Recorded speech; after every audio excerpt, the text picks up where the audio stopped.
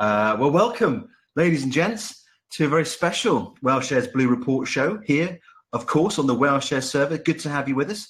Oh my God, it is so hot here. It's unbelievable. I'm in London, as most of you know, and it is hot in the city. That is for sure. But let's put the weather to one side, because have we got a show for you tonight? That's for sure. But welcome. Good to see you all here. Thank you for coming. It's the summer. These shows have been getting quieter, but it's good to see a good turnout. So thank you guys for coming. And we've got lots of good stuff coming up for you tonight for sure. I'm going to quickly just run through very briefly, and then I'm going to hand over what's coming up, and then I'm going to hand over to Fuzzy, who's going to give us a very important update.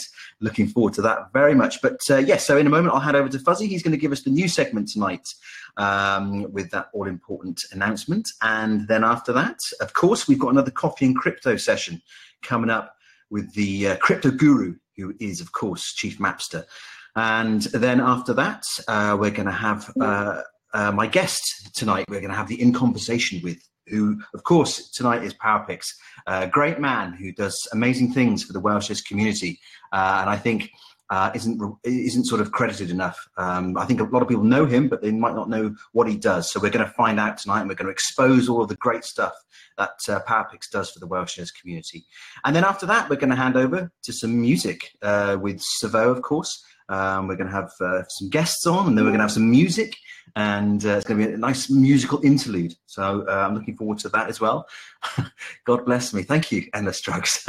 Getting quite religious there, but why not, hey?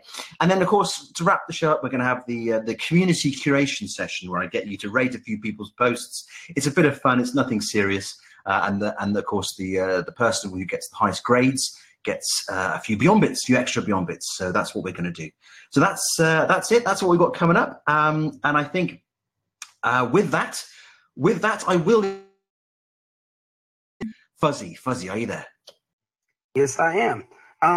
So I want to just say thank you for having me tonight, guys. And I want to say thank you to the community who's been around here, and being part of this community has not been easy. For those of you who are not familiar with me, my name is Official Fuzzy on Steemit. I am one of the people who has been visualizing this for, well, me and another guy who worked with me, really helpful on this. And then we had Walrus and Patty, who helped with building the community. We've had a lot of various issues along the way, but we've struggled and made it so we're getting closer and closer to a point where Whaleshares can launch and start off on a good foot. So obviously there's a lot to the Steem code base that needs to be improved upon and things like that. So we're still doing that stuff, and we're finding obviously that there's going to be more and more things that need to be improved. So we're looking at other options, but we figured it's a good time that once the Whaleshares are launched, are all distributed, we wanted to have the core community members have their own tokens. And also we wanted to launch this in a way where you have the basic value proposition of the chain, but also give you guys now the opportunity, because we've heard a lot of input from people saying, we just wish that the chain would launch already. So rather than try to fix everything and continue doing that, we're going to open it up. And what we're doing is we decided that we were going to initiate this second phase at the launch or at the end of the distribution of Whaleshares, where essentially what's going to happen is we're announcing the share drop date. The snapshot is the 21st, right? And then we're going to have the chain will be announced later. It's going to be Wednesday, August 15th. That will be the pre-launch open beta. And we're going to then launch the full launch on September 1st. But the pre-launch beta, during that phase, after you guys have been share dropped on, we're going to open it up so you guys who are holding Whaleshares can then use them to get access to the Whaleshares network, create your accounts, give tokens to other people who you would like to join Whaleshares early with you. And we're going to open it up for people to start using those tokens that just got share dropped on as a value proposition to create accounts on the network. So I wanted to announce that for you guys tonight and let you guys know that we're doing this in a way that it's not perfect. It's not easy stuff, but then again, we're also not going to be a Ned. So I expect you guys to keep in consideration that this blockchain is going to have cool things that Steem doesn't have already, but it's also not going to have whales like Steem has to the level that Steem has, right? So this is going to be a very important thing that I want to keep and make clear to all of you guys. Now, if you guys don't mind, I'm just going to go over there. I'm just going over the post that we posted here. WLS will be the new native token whenever the chain is launched. And the Whaleshares token will be retired at some point. So please consider using them, right? And we will have a name bidding system at some point here in the future. And what we're going to do is we have whale stake, obviously, is what will be earning. We will not have power downs at first. We're going to enable everybody to use those, use the whale shares during that time when we don't have the power downs to essentially create these accounts. And then once we open up the live chain and have reached a point where we think it's important, I think it will be approximately 2 months, somewhere around there, where everything is settled. We're going to unlock it to actually make it so you can create accounts using WLS token, and you'll be able to earn those tokens, power them down on the network. Initially, I won't get too deep into this. This isn't all in the post. I'm just giving you guys a couple extras. Initially, we're going to have the power down is going to be a little bit lower as the number of as the actual block rewards and earnings and inflation declines. So just wanted to let you guys know that we have some good things that are going on. We're opening it up. We're going to enable people to have their own whale tokens shortly thereafter the launch of the chain. We're going to have some cool things that open up throughout over time, but we figured, you know what, we're at a good point where we can get the chain launched in a reasonable way, and we can get you guys started on actually helping and knowing that you're part of it, and not asking yourself what's going on if there's anything going on, right? It was important to us to kind of make that decision. And I appreciate all of you guys being here and being part of Steem and all that stuff, and being part of the Whaleshares community on Steem, because we know that the Whaleshares community on Steem has been amazing, but has not been recognized to the degree that they probably should. So with that said, I don't want to get too deep into all the things that we've done, but I do want to say that thank you. And I do want to make it clear to anybody who thought that I promised. I want to make it very clear. We never promised that it would be launched on a specific date for a reason. Just because this stuff is very hard to decide how long it's going to take. And you never know what might happen. Sometimes there are code things. Sometimes somebody gets sick, right? So we never know. But what we do know is that we have a community here like you guys who all get together and do this every week. You have leveraged tokens, the Whaleshares tokens, for what, over a year now? Over a year and a half, about a year and a half now, actually. So you guys are kind of experts in this field already, even though you don't know that. And I think that the people like Freedom, people like Crazy, you're going to see them with their tokens. They're going to start passing them out, and they're going to be worth upvotes and shares on that network, right? They're going to be worth shares and rewards on the network. And you're going to be able to use those tokens. And those people are going to continue doing exactly what they do today. Only they're going to be able to actually reward you guys in something that's going to make sense to you guys. And they're going to be able to do it in a place where they're surrounded by people who love the technology that we offer, right?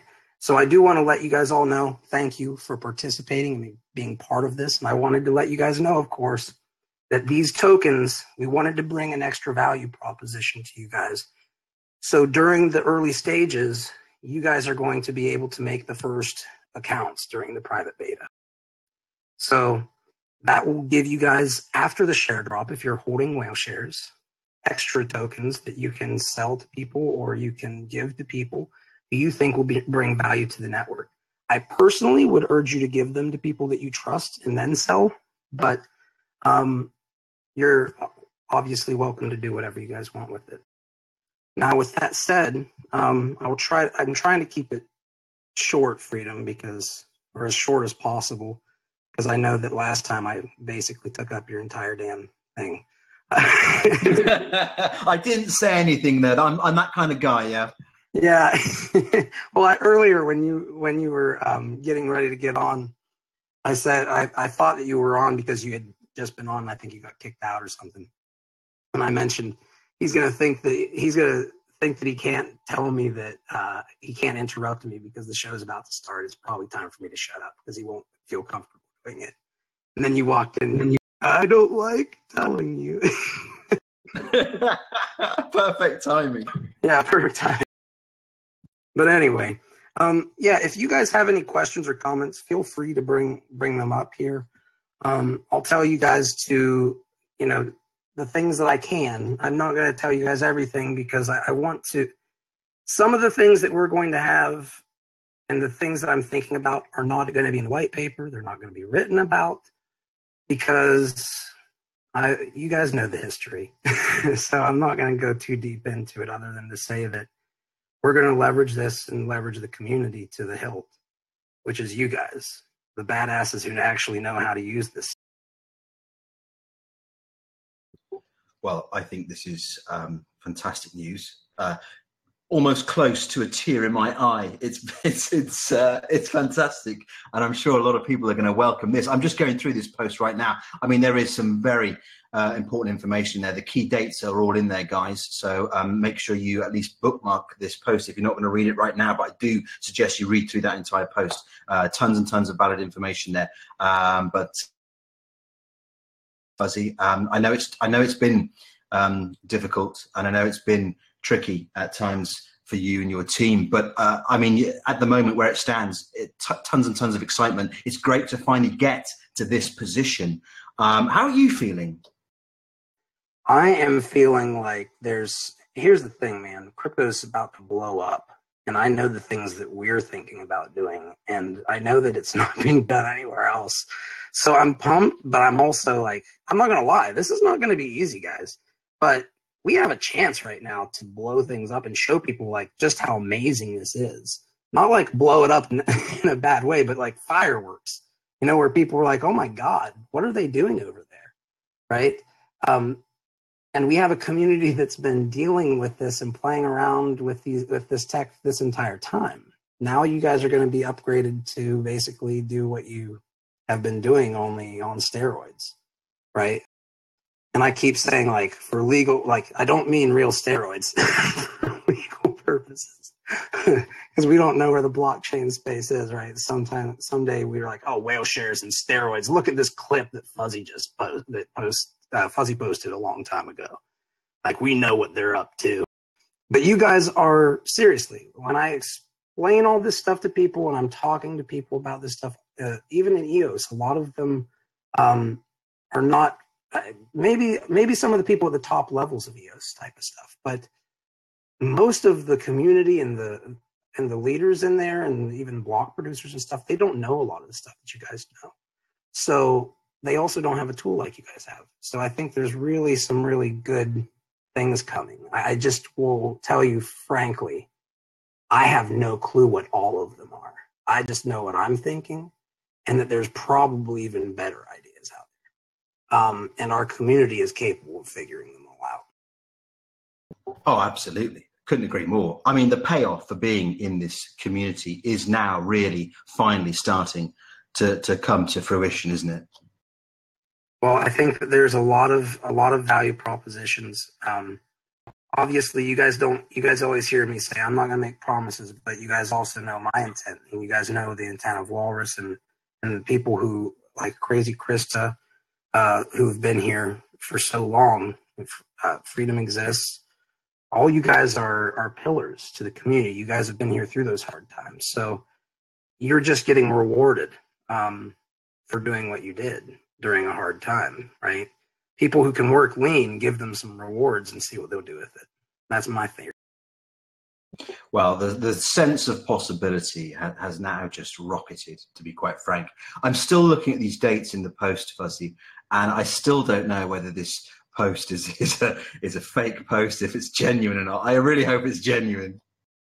No, we wanted to get the chain because you remember when I first came on and I warned everybody, and I really did. I wanted to make it very clear. Like, we wanted to make this and do this really well, and we want to make it something that the community can have a solid foundation to build on.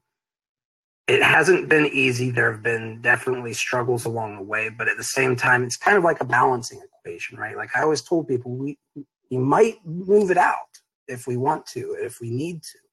But it seemed at that point when it was, we had moved out a little bit and people were kind of antsy about it. So I was like, we have all these different factors that are lining up, and we talked about it and it made sense. So I'm not going to say that it's exactly what we want, but I also will say that it's damn solid. And we have, once again, tools that were not used on Steemit like they could have been, right? So I look forward to seeing where this is going to go with Whaleshares, because we are going to have those tools.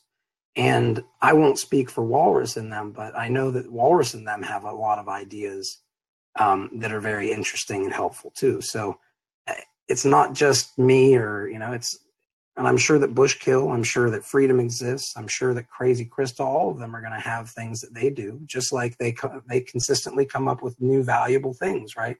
Well, this is it, Fuzzy, because now in many ways, I mean, I know this is going to be an incremental sort of transition to when we get this up and running, but in many ways, it is now kind of more over to us. It's over to the community now to make this a success, isn't it? I'm still going to try to help where I can. You guys might not always see me trying to help the way I can, but I mean, Whaleshares is where this started. I can't say goodbye completely. I have to be part of this, but I will say, yeah, I think it's very important the community recognizes, like, Walrus is going to be part of this still. All of the people that you know and love and have learned to trust because you've gone through those hard times are still going to be there. Now you can just empower them further, and now they can actually reward you for helping them, as opposed to, what we've seen on Steam. Well, it's still kind of speechless in a way, but it is absolutely awesome to see this come to life now, and there it is in black and white. To see that is fantastic, unbelievable in many ways. So amazing stuff. I mean, when I look back at the whole Whaleshares journey, for me at least, I'm sure, and I think I've said this to you before, this community and what you and your developers have done, this whole experience, I'm sure there's a film in this somewhere. Well, I think that we're building that story right now, right? So I will say I'm glad that you guys have been around and been here for the journey. I'm glad that you guys have been patient. And I'm also glad for those of you who've made this. So, it's hard. Those of you like Freedom and Crazy, and those of you guys who are running these different initiatives, it takes a lot of time and effort.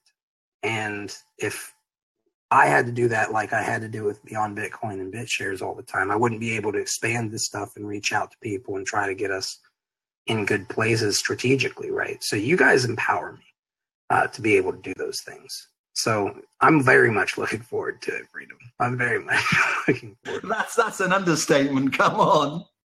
Maybe in a little while. Maybe if I ask you guys, maybe you guys will vote in a witness for us.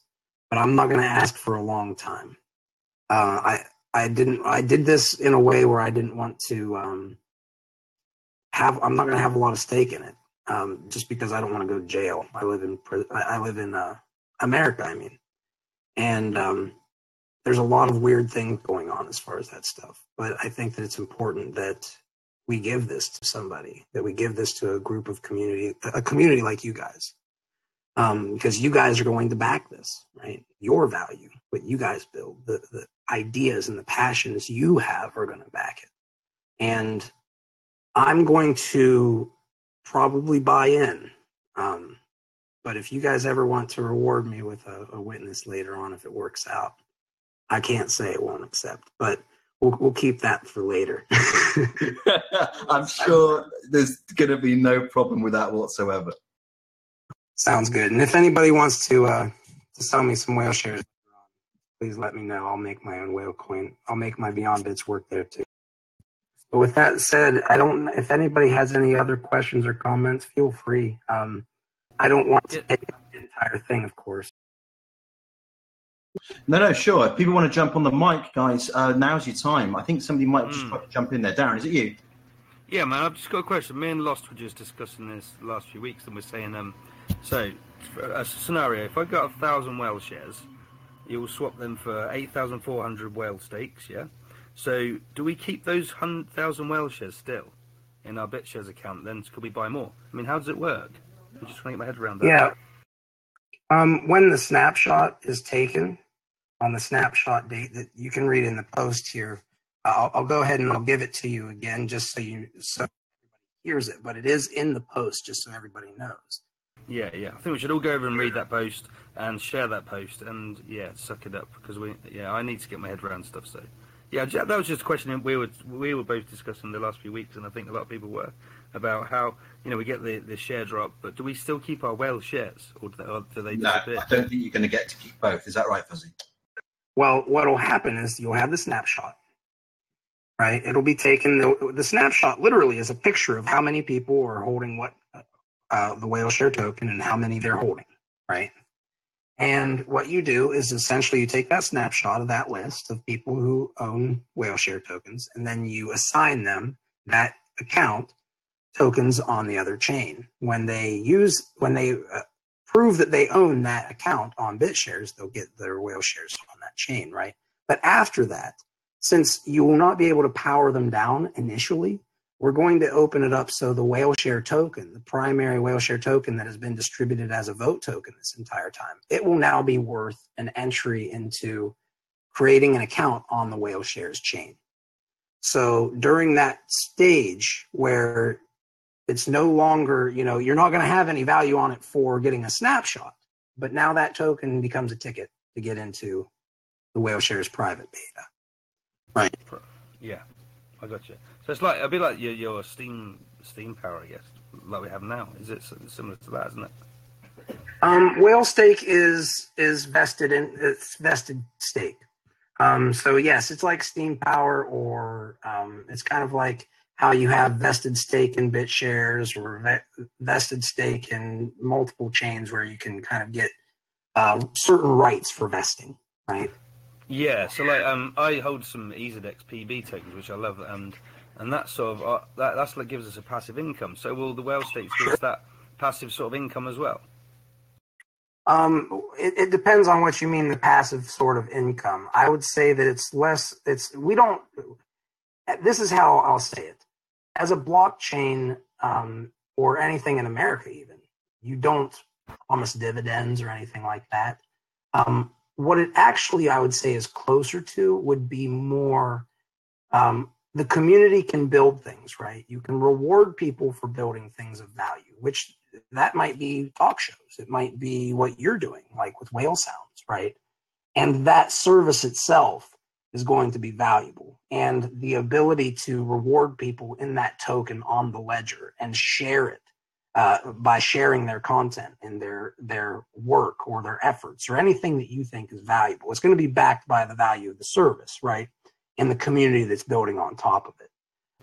And I'll just say one further thing, which would be it's not going to be a very centralized chain, so it's going to also have that in going for it.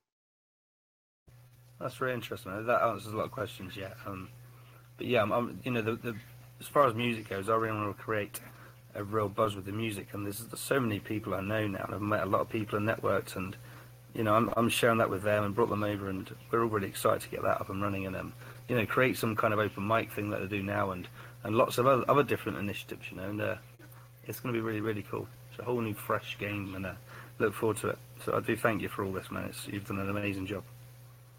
Well, it hasn't just been me. It's actually been a team of people who are very stubbornly helping me. Oh, I know that. Yeah, I know Warson, Patty, and Crazy Krista, and everybody really. And John Scott's is a real good guy. And yeah, they're all. That's just a lovely. It's funny. It's funny actually, Darren, because there's lots of people actually behind the scenes that people don't even know the names of, who are in the development team who've set this all up. And you know what? They deserve tons of credit. And I'm so pleased we managed to get one of them on here once, Vit, who did a great job. And he's again kind of a faceless person, but they are all working behind the scenes to set this whole chain up. And Fuzzy's right to say it really is a team effort. Oh, absolutely, yeah. It's just, Fuzzy likes to come on. He's a big personality, I guess, like me and like you, Freedom. And some people don't like to come on the radio and talk, and so we're the only ones they see. But yeah, there's so many people behind everything, really, isn't there, in the world? You know, there's lots of people behind the scenes that are running the big mouths, if you like. You know, the ones they're the machine. We're just like a cog. You know, we're just like the products that runs along the belt. You know, they're the ones turning the key. They're turning the cogs, aren't they? Absolutely. No, absolutely. I agree. I guess, Fuzzy, what some people might be thinking is that they registered for an account back in the initial closed beta stage. They didn't get on it because obviously you're only accepting a certain amount of people. Will they need to re-register?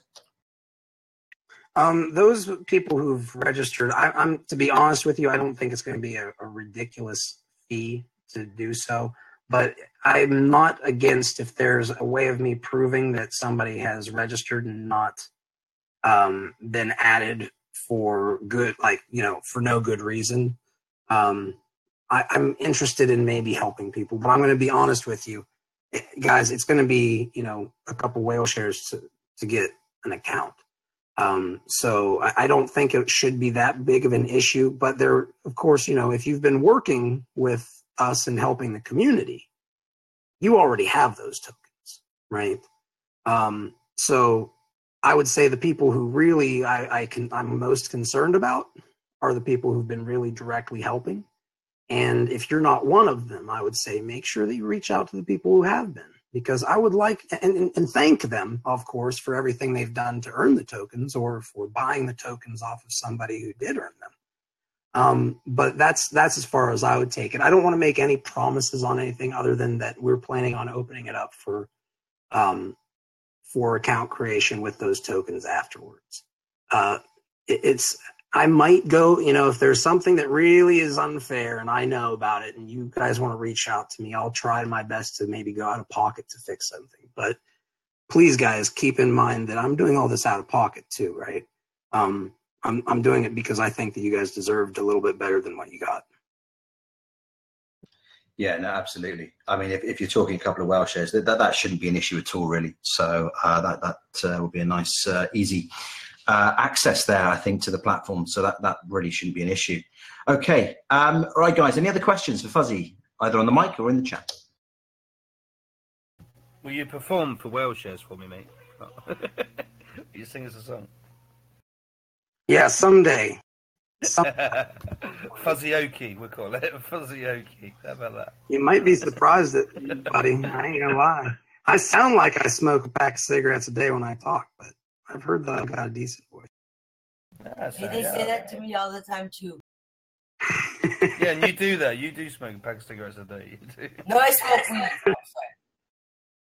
Just a bucket of weed a day. That's what, isn't it?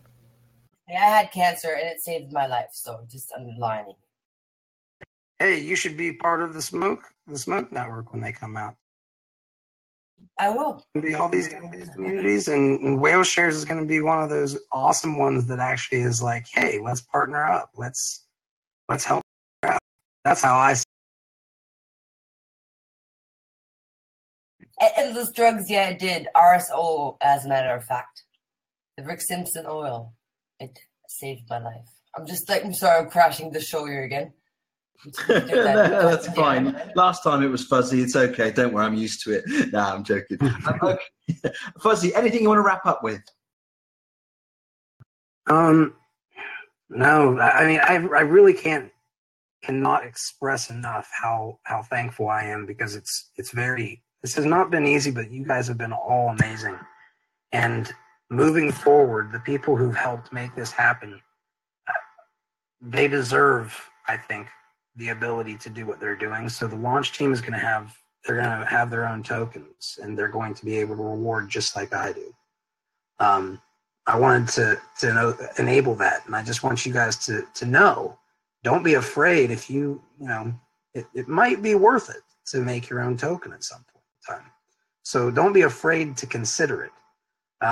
And don't be afraid to ask questions or come up with ideas on how to improve things, because eventually all that stuff's going to be open sourced and you'll be able to run with it. And with that said, I'll just shut up because I'll talk about it all night. Well, just to say, in terms of thanking us, I think you've probably got a very grateful community right here.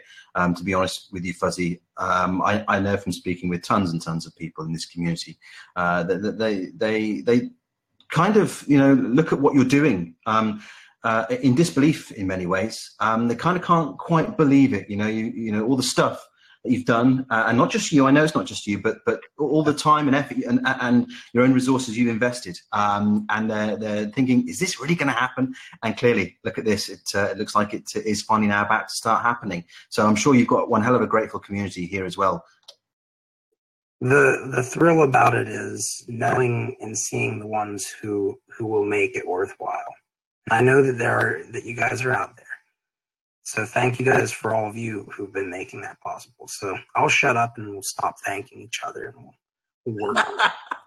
Let's express our gratitude to each other all evening. Why not?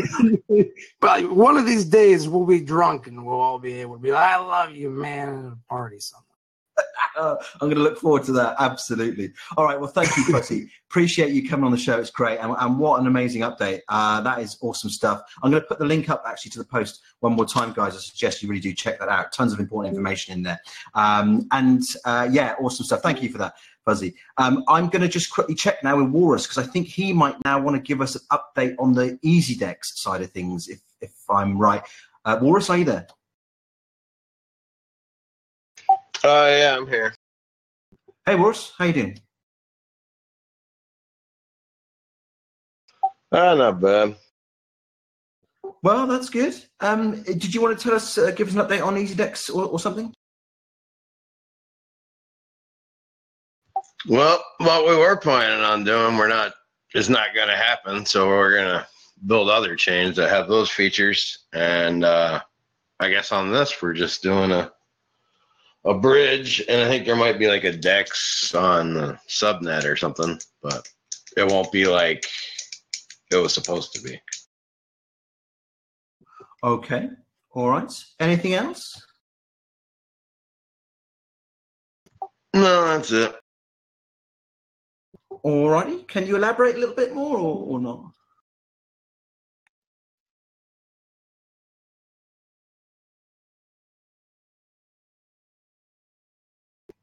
Oh, probably better if I don't right now. Alrighty. Okay, no worries. Well, thank you for that. Okay. Right. I think I shall move on then to the next segment. And I just want to say thanks again to Fuzzy for popping in. That was awesome stuff. Can't believe it. Great stuff indeed. Right. I think on that note, I'm going to hand over to our crypto guru, Chief Mapster. Are you there? Hey, bud, can you hear me? Oh, we can hear you. How are you, sir? Good, brother. How are you doing? I'm doing very well. I'm a bit sweaty, I'm afraid. Fuzzy has that effect on me. No, but it's good to be here tonight for sure. How are you? Good. I'm glad to see all these dates, because I think we were talking about this last week about how setting dates and sticking to them is a great way to build credibility in the community. So I'm really excited to see that post and all that information from Fuzzy. Absolutely. Excitement has just kind of hit the roof. So, and also sending positive vibes and energy to Walrus. I'm sure whatever happened, we'll get through it together as a community, and I'm sure it'll work out in the end. But sending you positive energy, and let's keep it going. Well said. But and this, I'm just going to say, by the way, before you start your coffee and crypto session, I really hope that coffee is iced cold. Oh, it is. It's some old Starbucks. But yeah, this is it's on a nice little hot, humid day in Ohio in the United States. We're going to talk to you today about community. Basically, is a community required for having a thriving blockchain project? Does the community help a project become successful? And what are some examples of unsuccessful community activities and communities so far? And what can we learn from it to make the Whaleshares community the best it can be? Basically, we're just trying to learn from past mistakes that other people made, so we don't repeat them in our community, and make sure that our community's project is successful. Because that's what we're all hoping, is that Whaleshares chain is successful. It does the things that it's promised to do and the things that we want to do. So might as well learn from other mistakes, other communities, and see if we can become the best community we can be. So that's what I'm going to be covering today. Nice. Looking forward to it.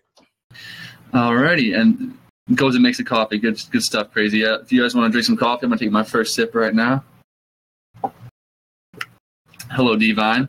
But I want to talk to you about some successful communities right now that most of them are involved with, or also just known about. Even just doing research, if you do research on successful crypto communities, three ones come up, and they're all tied to delegated proof of stake and DAN. The biggest successful communities right now, one of the biggest is obviously Bitcoin, but you have BitShares, EOS, and Steam. And for different reasons, I think for Steam, it's because of we have the great Steam that brings a lot of people together, and it develops a community, and it kind of becomes a marketplace and a stopping ground for people to come, talk about their projects, talk about their passions, and also learn from each other. So it seems like Steam, EOS, and BitShares are three great examples of successful communities, whether because they have weekly shows, they have good involvement in the community, a thriving community, people that are helping each other. And I think the one thing that really has a lot of effect with these three is that the people in it have the same moral compass, or a lot of them do, and the same fundamentals, whether it be decentralization, or if they want to use the blockchain to become financially stable and independent, whether it to help their dreams and build their dreams. That's another thing. But it seems like a lot of these successful communities, they share one or two main things, and then obviously everybody's different, but these one or two few things keep them together and integrated, and that's what a really successful community needs to be. It needs to be integrated. A lot of these projects that have a lot of promise have failed because their communities basically broke up, got started infighting, or did certain things that led to their failures. And then just want to cover a couple of them that maybe people might not be aware of. One of the ones that kind of was one of the first big failures was this blockchain project called SpaceBit. And it was early in the market, probably around late 2014, but they really overpromised and underdelivered. What they wanted to do was to launch several satellites into space to provide a global access blockchain. And obviously, actually, sorry to interrupt. Some people are saying, what's the name of that project? The one that failed is called. Yeah, you're dipping out. What was it? SpaceBit. Oh, okay. Cheers. Sorry, I don't. Damn Comcast. But SpaceBit, and what they did was they overpromised, underdelivered. They got the whole Bitcoin community, cryptocurrency community going because they were going to build this, and that was their project. Their project was going to raise money to launch satellites so that everybody can access the blockchain. The only problem is, after they did a bunch of circuits, the founders, they kind of got distracted. They never really revealed any prototype, and they stopped. They basically stopped after a few months and started another company and started a new project called Block Verify. So basically, they promised the moon, literally, and got everybody riled up and promised this, and then a few months afterwards, they stopped working on it, and they really didn't give any communication. And that's one thing we can learn is if something does happen where you need to stop or change the mission or do other projects, you just got to be transparent about it and let the community know. Because by not being transparent, the community that they did build now is split up, and they know not too many people have ever heard of SpaceBit since. And even getting people to follow Block Verify is going to be harder because of what their founders did. So it's something that we can learn from, and hopefully we don't make the same mistakes they did.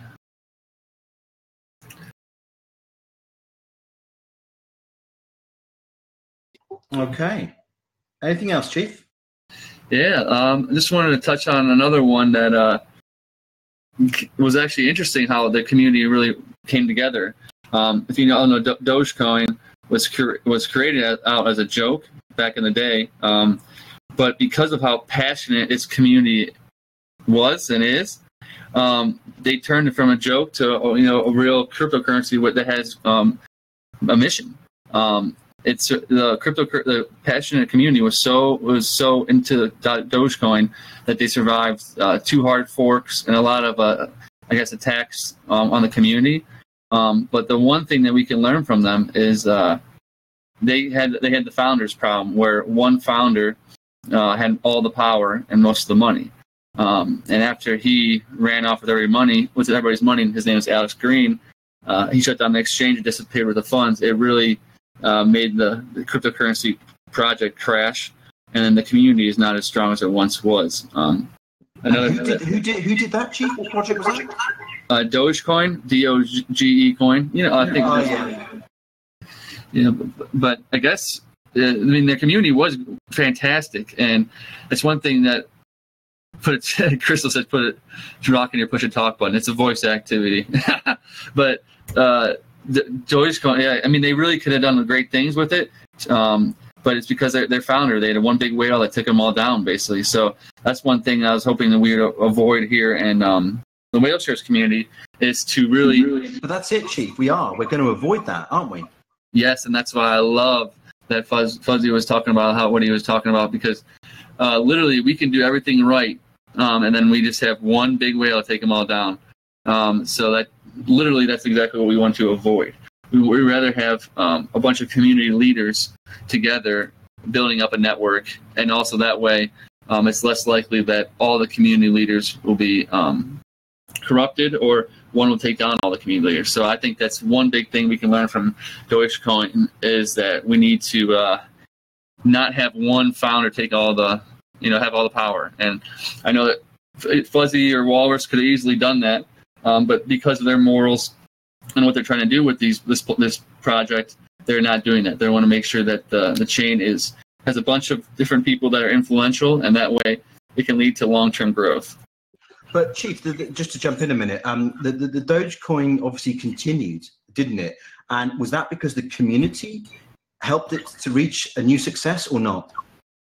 It's from what I'm saying, I've done a lot of research on the community. It seems like it's still good now. It's nothing like it used to be, but like right when it first started in 2014, it even raised money to send the Jamaican bobsled team to the Winter Olympics. But they also did a lot of charity stuff. So their community was really, really strong knit and had funds behind it.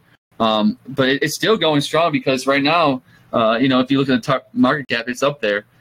So I guess it's not as big as it once was, but it's very resilient. So I'm proud of them for coming back together, because it definitely stinks to when your founder shuts down the exchange and disappears with all your funds. But it seems like they haven't given up. So that's good to see. Yeah, well, there we go. That's a prime example of one hell of a community coming together and trying to get the project back on track. Absolutely. And I know that you were talking about a little bit earlier about how there's some people that we don't even know their names to in the community that are really helping. And sometimes people might be weary of that. They might not like that. They don't know who's building it. But a good example of this is Monero. A lot of their community is anonymous, at least what it was in the beginning, when they were building this projects together, and when they handled different possible forks or different problems that came up. Some of them are anonymous. So just being anonymous doesn't mean that it's a bad thing for the community. Anonymity, you can still help people. You can still build projects. Just because people don't know your name doesn't mean that it's a bad thing. So I just want to touch on that, because some people say that's one of the problems with Monero's community, is that a lot of it is anonymous. But as long as the community is coming together and focusing their efforts on what they're building, it doesn't really matter that much if they're anonymous or not, but they need to stick together, which is something that Monero did through a lot of different attacks. So I appreciate everybody in the background who's anonymous right now working on this blockchain, because it's really effective, and I'm glad that you guys are doing what you're doing. Yeah, well, this is what I've said before. If you have the solid foundations for a really healthy, strong community, and you've got that community, good things will follow naturally. Absolutely. So I'm excited to see, meet all the people that are behind it too. I'm hoping that eventually that some of the other founders and the developers will come out, and we can thank them for what all they're doing. But I'm excited to get these dates, and just want to touch on, just really quickly, what we can learn not to do, and what can we do as a community to make sure we are long-term success. I'm kind of just reiterating these on the different episodes that I do on here, because I really want to stick with all of us, because we are the community. If we can do these things, then we can definitely help this community build for the long term and the short term. But what we don't want to do, we definitely do not want to do, is don't split the community. Splitting the community has broke a lot of great projects, even Ethereum, back in this momentum in the beginning after the DAO got hacked. So breaking the community, splitting the community in half is not ideal, and it's something that I would recommend us not doing unless it's absolutely necessary. Another thing is over-delivering and under-promising, meaning that you are saying certain things, you're promising to do certain things, but then underwhelmed. You don't live up to your expectations or promises, or you don't deliver the product as promised. It's more about setting expectations. If you just set the expectations at a certain level and then exceed them, it's much better to do it like that. But that's one thing we can learn from past projects, and just be transparent and honest with other people. But another thing is not what you don't want to do is have a single leader with the power. So I think that we are doing that correctly here with Whaleshares, but I just wanted to reiterate that, because it only takes one person if they have all the resources and power to take a whole community down. So I'm glad that it seems like Whaleshares is not doing that, but just wanted to reiterate that as well. And also one thing that some people might disagree with, but I think paid referrals is something that's negative to a brand. So when you have like this bite ball thing they have and Steam It, when you're paying people for referrals, it really kind of, for me, it devalues the brand dramatically, because you should want to join these networks and brands because of the value they bring, not because you're getting paid to do it. So it might be a short-term strategy, but I think it really negatively affects their brand long-term. So that's just something I hope that we avoid, is having a paid referral system. I hope that we do avoid that. So you're not a fan of this bite ball craze that's going on at the moment? It's just because the only thing that's sticking is the referrals and all these people trying to sign people up. What is the value that this bite ball brings? What does it do better than other projects? What is it trying to do? So I think that's getting lost because of all this noise and the paid referrals. And I've learned through experience, you want people around helping you build stuff that you don't have to pay. If they're only there because you're paying them, they're not going to be there long term, most likely. It's kind of like discounting certain goods and services. Your price customers don't stay around a long time. The customers that believe in what your value of your products bring, they stay around. So we don't want to just have a sale and have referrals and get these people for the short term that actually do not care about the network. But yeah, that's what I think about it. Yeah, well, this is I haven't done it myself. Yeah, I've got all these DMs saying, "Oh, give me this," and all like referrals and blah blah blah. But it does seem more of a gimmicky thing, and as we know with gimmicks, it doesn't always build that important value. That we're after. Absolutely, and I was wondering why I had 3 or 4 or 5 people DM me. I know people want to help people get money, but then I found out that they're getting also paid referrals for doing that. So for me, Crystal, just to answer Crystal's point, and I'm sure Chief, you probably got something to say about it. I'm sure you can make a quick buck or something. Maybe that's the gist of what you're saying. But in terms of that community value, that long-term value, you're not going to be getting anything out of it. And I think that's the point Chief's making. Absolutely, because I think as a community, do you want your first impression is to be a lot of people to get this coin and selling it right away? You want people that are going to be around long-term and investors and holders of it. You don't want your first impression to be selling it, because there's not really any free money. People are giving this value. It's coming from somewhere. So I really hope that, I know what they're doing. They're trying to bring awareness and use Steam to do it. But I think that they might want to think more long-term. Absolutely. Alrighty. Anything else, Chief? Yeah, let's talk about what we can do, what to do really quick, and then I want to hear from Steam PowerPics, because he's an OG from the Whaleshares and EOS, and he was around for the whale tank as well. So he's a really good guy. So I'm excited to hear from him. Steam PowerPics should have been on a show ages ago. He should. He really is one of I think he's one of the original founders. Ever since I was around last summer, like, he was always around, always doing things, always providing value.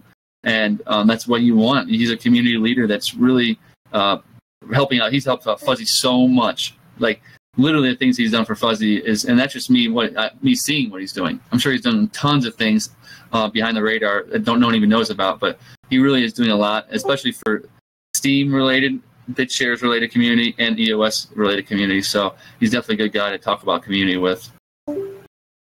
Absolutely, and I'm looking forward to it. But just quick bullet points, what to do, which I know a lot of think we're doing it right now, but under promise, over deliver. So make sure that, like Fuzzy said, that we're promising to have the transition network set up, have the expectations set. So I think I like him doing that, setting the power down expectations. So we're not all thinking people can power down in the beginning. You can set the expectations with power down and also the different tokens. One of the main things that seems minuscule, but you need to keep the passion flowing, keep the passion of the community going, because once the passion that is stamped out, it's really hard to keep going. So I think we have a lot of great community leaders, a lot of great people from all over the world, and we have a lot of good energy. So I would say that we like to keep this energy going when the network comes out, and then that way we can keep growing, because a lot of us are going to be the community leaders that are going to help bring more and more people onto the chain. And we need to have passion, and we need to be enthusiastic about the Whaleshares community, because enthusiasm sells. And I really think we're doing this. We're doing this pretty well. As we're developing different groups, different leaders within this Whaleshares community to really take on responsibility and execute on it, which is great. And to make sure that we don't have one person calling all the shots. It's really a community-based project built up with the leaders. So it's something that, taken into consideration, we definitely need to keep developing our leaders in this community and supporting their projects and communities. Oh, wow, it doubled. Have you just seen that? Yeah. I've just checked it myself. If you want to buy a Whaleshare at the moment, it is going to cost you 4.34 BTS. Ooh, and that's right now. Wait a year. Oh, my. But that's really exciting right there. That's some exciting news. It must have been Fuzzy must have set the market crazy. Well, this is it. I assume it's upon that announcement. Look at that instant impact there. See what you're doing, Freedom? All that impact you have. Well, yeah, but it was Fuzzy's announcement. But wow, that's amazing to see. But yeah. Okay, yeah, no, I think what you're saying, Chief, because tonight you were talking about community. It is so vital. It's unbelievable, and to see that example that you gave, to use that example of Doge and how that community fought back. Wow, I mean, that is community in action. That is powerful. Absolutely, that's one thing you can always find something to talk about is community and cryptocurrency communities, because it seems like sometimes there's a lot of infighting and also a lot of fighting, like the people from Tron are fighting with the people from BitShares, or you have different currencies not wanting to help each other. All this infighting is not good for anybody. You have Bitcoin going at Bitcoin Cash. This is not good for anybody. We need to come together. I know it's obviously you want to support the projects that you do, but there's no reason to be negative about it. We can just learn from past mistakes and really apply it to our communities and make sure that we become the best community we can be. So I'm excited. I hope that we keep dedicated to the mission and stay true to the fundamentals, that the reason why Whaleshares got created in the first place. So I'm excited to, and exactly, anti-negativity. I'm excited to keep going forward, and I'm excited to see this next month or two with all the dates, and I'm excited for maybe creating a new voting token. So I hope everybody has a really great day, and thank you for listening. Thank you, Chief, for giving us your pearls of wisdom. Always appreciated.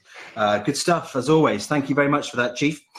Right, I'm going to move on, and I'm going to move on almost swiftly because it is boiling here, and I've had to turn my fan off to do this show because otherwise I really would be in a wind tunnel and you wouldn't want to hear that. So I am sweating away, but it's all for the right reasons. These are the sacrifices I make for the community, and rightly so. Right, I'm going to bring on, and once again, thank you, Chief, great show.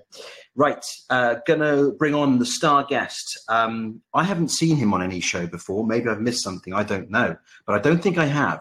He's quite a reserved guy. He's quite a modest guy. But he's undercredited. But tonight we're going to redress that. Steam PowerPics, or PowerPics as you're now called, are you there? I'm here, Freedom. How's it going? Yay! I'm good. I'm very, very, very good. Even better because you're. First of all, how are you?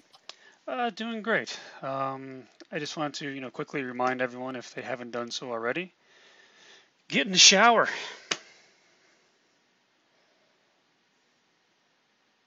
PowerPics, you've gone. Are you there? I'm here. Can you hear me? We can see you flashing, but we've got no audio. How about now? Can you hear me now? There you go.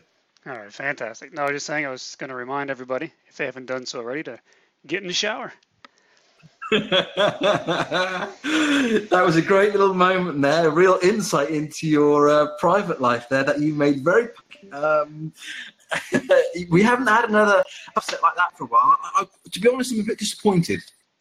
Yeah, I'm telling you, man, that was the one of the clusterfucks of multitasking and fighting Comcast all at the same time. But hey, we had that snapshot into your life there, just for that split second. It was amazing. But we want more. Yeah, definitely. Right, I'm going to begin then, PowerPics, and I'm glad that you're well. I'm gonna start, I think, by asking you, as I often do to people, how on earth did you find Steemit, and then how did you come onto Whaleshare? Yeah, sure. Probably it was around March or so of last year, 2017. I was kind of reinvestigating cryptocurrency. I'd come across Bitcoin years back, and then joke with my friends about it, and we didn't really do anything with it, and blah, blah, blah. And then fast forward a couple years, and it's back in the news and stuff. So I started researching it again, and crypto in general, and, what's out there from what was just Bitcoin back in the day when I first knew about it.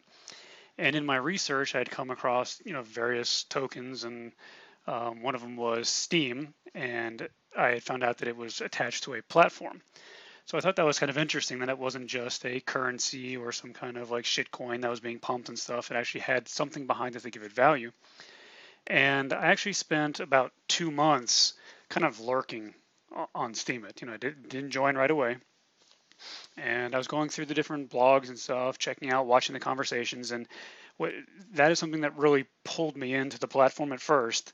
Yeah, definitely. You had to lurk in the beginning. Because it's one of those things like, is it legit? And that was kind of what was going through my mind at first, It's one of those things that almost seem too good to be true. You're getting paid to post, where everyone's used to Facebook and everything else where, you post and they just steal your information and privacy. So, I spent about 2 months going through, and I'd found various people that really engaged the community. Like at the time was Stella Bell.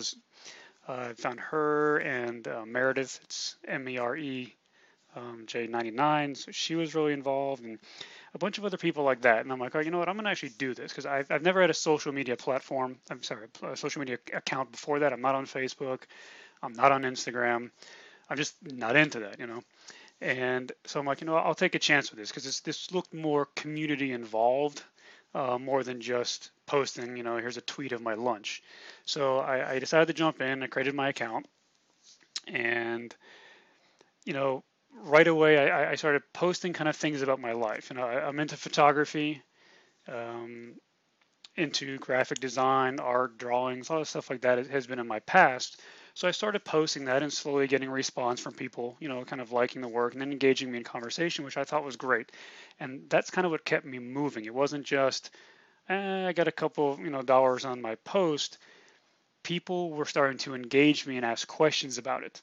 They were asking me about the photography, what did I do, or if it was an artwork thing, how was it made, and that really, kind of got me involved. And right away, I started connecting with people who were kind of doing initiatives on the platform already. And one of the first ones I got involved was with Stella Bell.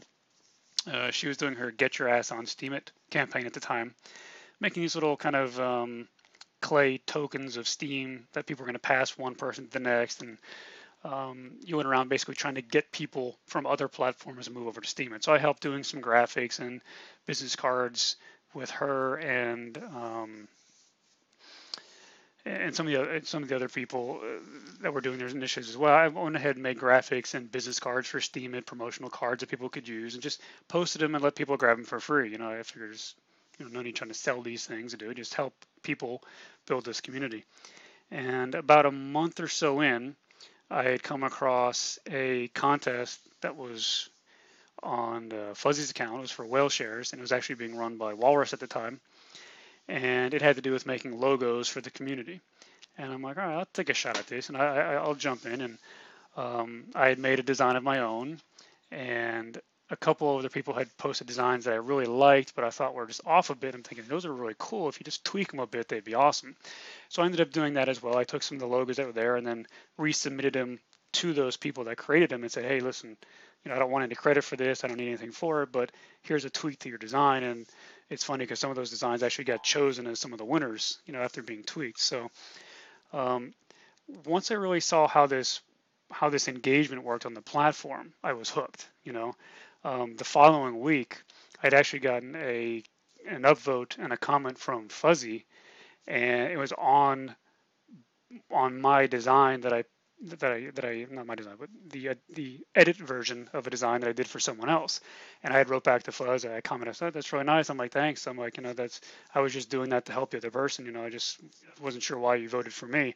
And he basically made the comment, that I forget exactly what his comment was, but it was kind of like, there are people that do things wanting credit and those who just do things to help others. So you're being rewarded because you were the latter. You did it just to help someone else. And that was, that to me was just incredible to find someone like that on the platform, And from that point on, I really got engaged in the kind of the community contest side of Steam It. I entered a lot of photography contests, I entered drawing contests, and a lot of that my early art is, back then on Steam It. And a lot of the stuff I did with Fuzz in his contest as well. PowerPics. Let me just jump in a minute. If you've got some of the artwork, please do feel free to put them up in the chat. But what's interesting about your kind of Steam It journey is that Steam It was your first social media platform. I don't think there's many people in the Steam It arena that can say that. But I think you chose a far more rewarding platform over the other platforms, that's for sure. But that's quite rare you come across that. What was it then that really struck out? Why did you resist platforms like Facebook and Twitter? What was it that Steam It really made stand out for you? Yeah, well, I've watched my wife kind of get hooked into Facebook and Instagram and stuff like that, and I never really understood kind of what she got out of it, because it starts becoming this obsession of, I posted this picture, whatever it is, and only 3 people liked it. And I'm like, well, who cares? Those are maybe the 3 people that are most important in your life that had to do with that event. The other 100 and some people following you you don't even talk to them. They just saw a picture well, of you. This is it. Facebook is just one big popularity contest, isn't it? Right. And to me, there's no engagement in that. There's no draw to me for that. I enjoyed, like I said, those early days in Steam It where people actually were writing comments to me, not just nice post. That happened later after Hard Fork 19, but before that, people were writing lengthy responses asking about whatever you created, whether it was a photo or artwork or whatever it was. So that engagement in the conversation really, kind of pulled me in and got me hooked. And that's when I said, when I was lurking on the platform, that's what I had seen other people doing. And I'm like, well, this is great. This is more of a conversation. There's more of a discussion in this community than just likes for likes and that kind of stuff. So that's what originally pulled me in.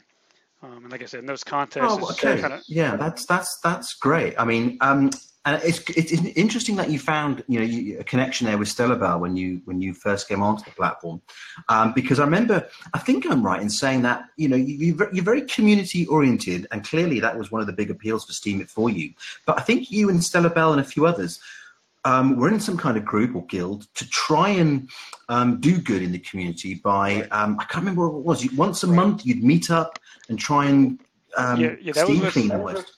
Yeah, we do that. That was Purge Night with Stella Bell, but also we did with Meredith. She's one I mention also a lot, which is her Steemit is MEREJ99, and she had done an initiative. I think it was on my second or third month on Steemit, which was kind of it was like a community building initiative, but it ended up being nicknamed the Beast. And what it was anyone could join this initiative from the beginning, and it was a challenge to put a post every day, and the post had to have at least 300 words and at least one picture. And if you used any other thing that wasn't yours, you had to source it correctly. And out of all the people into the contest, you had to go through and make every day at least 10 substantial comments on other people's posts, and then come back to her main post every day, post a link to your post, and kind of show that you had made this initiative to go out there and make the comments on other people's posts. And she was keeping track of all of this in a spreadsheet, which was absolutely unbelievable. I mean, her post became like a mile long with all the responses of people posting their posts and who they shared to and what every day. And I met a lot of people that way. Some of my most dedicated followers came from that initiative that she put on, the Beast, and they're still with me today because of that. And I still follow them to this day and comment on their posts or give them upvotes. And that was kind of the stuff that was there when I first joined Steemit. And as we got later into the year last year, November-ish time on, this is after kind of the side effects of Hard Fork 19 kicked in. A lot of that community side of things started to die off. The comments weren't as in depth. The conversation wasn't there. It became votes for votes, likes for likes, and we kind of saw what happened. All these flag wars and everything else that went on. And to me, that was a little bit kind of disheartening, seeing the first social platform that I got engaged with starting to fall to the same perils as Facebook and all the rest of them. And so me being involved in the Whaleshares community and the greater Beyond Bitcoin community with Fuzzy and that whole aspect of things kind of kept me engaged, because it kind of put me in a role of, instead of taking part in initiatives, I'm now helping to put those initiatives together and help bring the community together under those initiatives. Let me just jump in a minute. So before we move on to the Whaleshares and what you're doing there, just tell us a little bit more about what Purge Night was about. Purge Night. Yeah, Purge Night was great. That was back during the time of the flag wars last year, where we had a lot of accounts that came on that were, we call them sock puppets or circle jerk kind of accounts, where they would come in, have low vested accounts, but there'd be like dozens of them, maybe 40, 50 of them that one person was running. They would create, 10 posts a day and then go and have every one of their accounts vote for it first of all, and then leave comments on those pages. And it was basically bot driven. It was automatic. So every post had, 20 different comments from those various sock puppet accounts, and then they all voted on each other in a big circle. And some of those accounts, by doing that, they were racking up every comment, making $2, $3, $4, $5, and the posts, around $10. And at the time, I didn't have much power behind my vote or downvote at the time. But when Stella Bell would head those Purge Nights, the community kind of came together, and all of us combined, especially with her, because she did have some power behind her, we could actually go and cancel out all those spam accounts and spam posts and basically take back those rewards back to the rewards pool. So we weren't allowing that theft, and rape of the reward pool, we call it, to happen. And in those early months of those Purge Nights, we were very successful at doing it. Almost like once a week, sometimes twice a week, when she would identify these accounts, we would go and basically spend an hour and zero them all out. And it kind of, for a while. That's awesome. But that's awesome, PowerPics, you know? Absolutely. I mean, for a while, it kind of curbed the behavior. You saw that change happening, and it lasted about a month. And then you had some of these bigger accounts that came in, and then the sock puppet accounts and the circle jerk accounts became much more heavily funded, where you really couldn't fight him anymore. So the purge nights kind of stopped. But at the time, we made a dent. We did our effort. Yeah, exactly. But that's it. That you were engaged in that community driven spirit, and you tried to do something good there. And I think that most people would give you a pat on the back. I think that's the kind of attitudes that a lot of us, most of us, want to see in the community. But as we all know, Steam, it took a different direction. It went especially after HF19, and that's when you, I guess, became, as you mentioned a moment ago, disappointed, disillusioned with the Steemit platform. But thankfully, Whaleshares came into your Steemit journey and started to change things, as it certainly did for me. So let's start with that then. Here you are in Whaleshares. What were you doing? Where were you going then? Yeah. Well, in the beginning, like I mentioned, I started with some of the contests. Some of them were put up by Walrus, and some of them were by Fuzzy. Most of them had to do with logos that they needed for the community, or like fan art stuff that they were starting with some of their initiatives in the beginning. And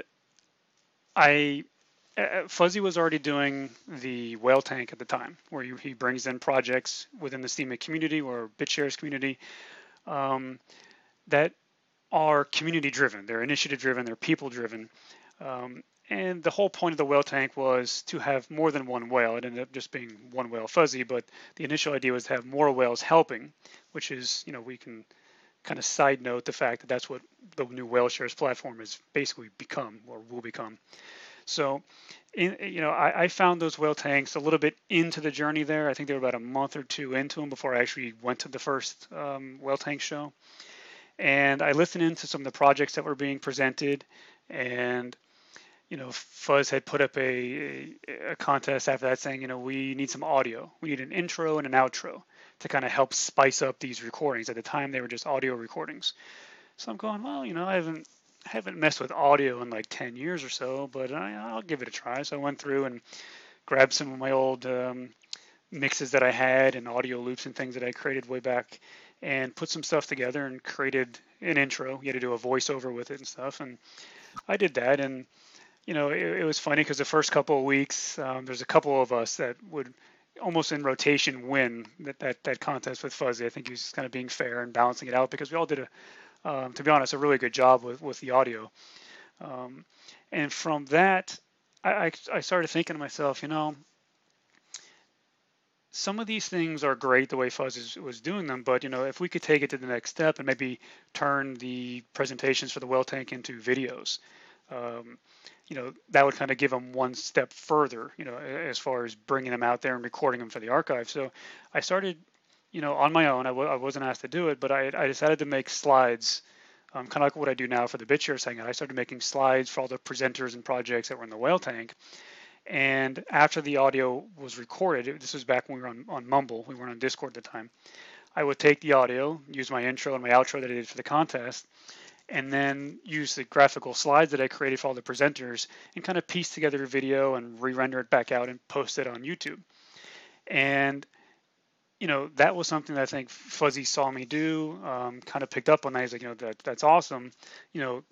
Keep doing that. And over time, me doing things like that, whether I would see a need for something, whether a graphic need to be made, or some kind of artwork for something he was doing had to be made, or other projects in the community, I would just go ahead and do it and post it or give it to him, or like I said, create the videos and just get them out there so they were there.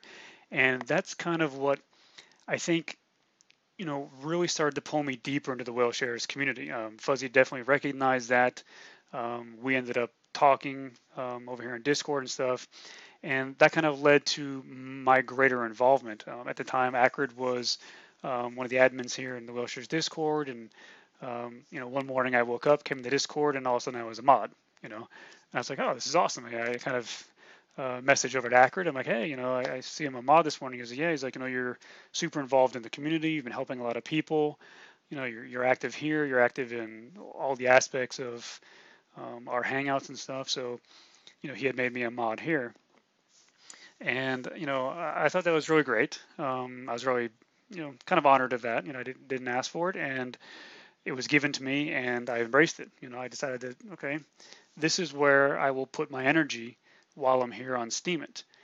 This has become the new community that kind of used to be there on Steemit, and then I saw it kind of break apart, but it was here in the Whaleshares community. We had Palinchko and Walrus were active, in the beginning here in the Discord. We had a whole bunch of issues in the community getting attacked on Steemit, where they kind of laid low for a while, which is, it's totally justified. You can't blame them for it because they didn't really deserve what was happening to them over on Steemit. So I kind of filled in that void here on Discord and within the community, and kind of went from there.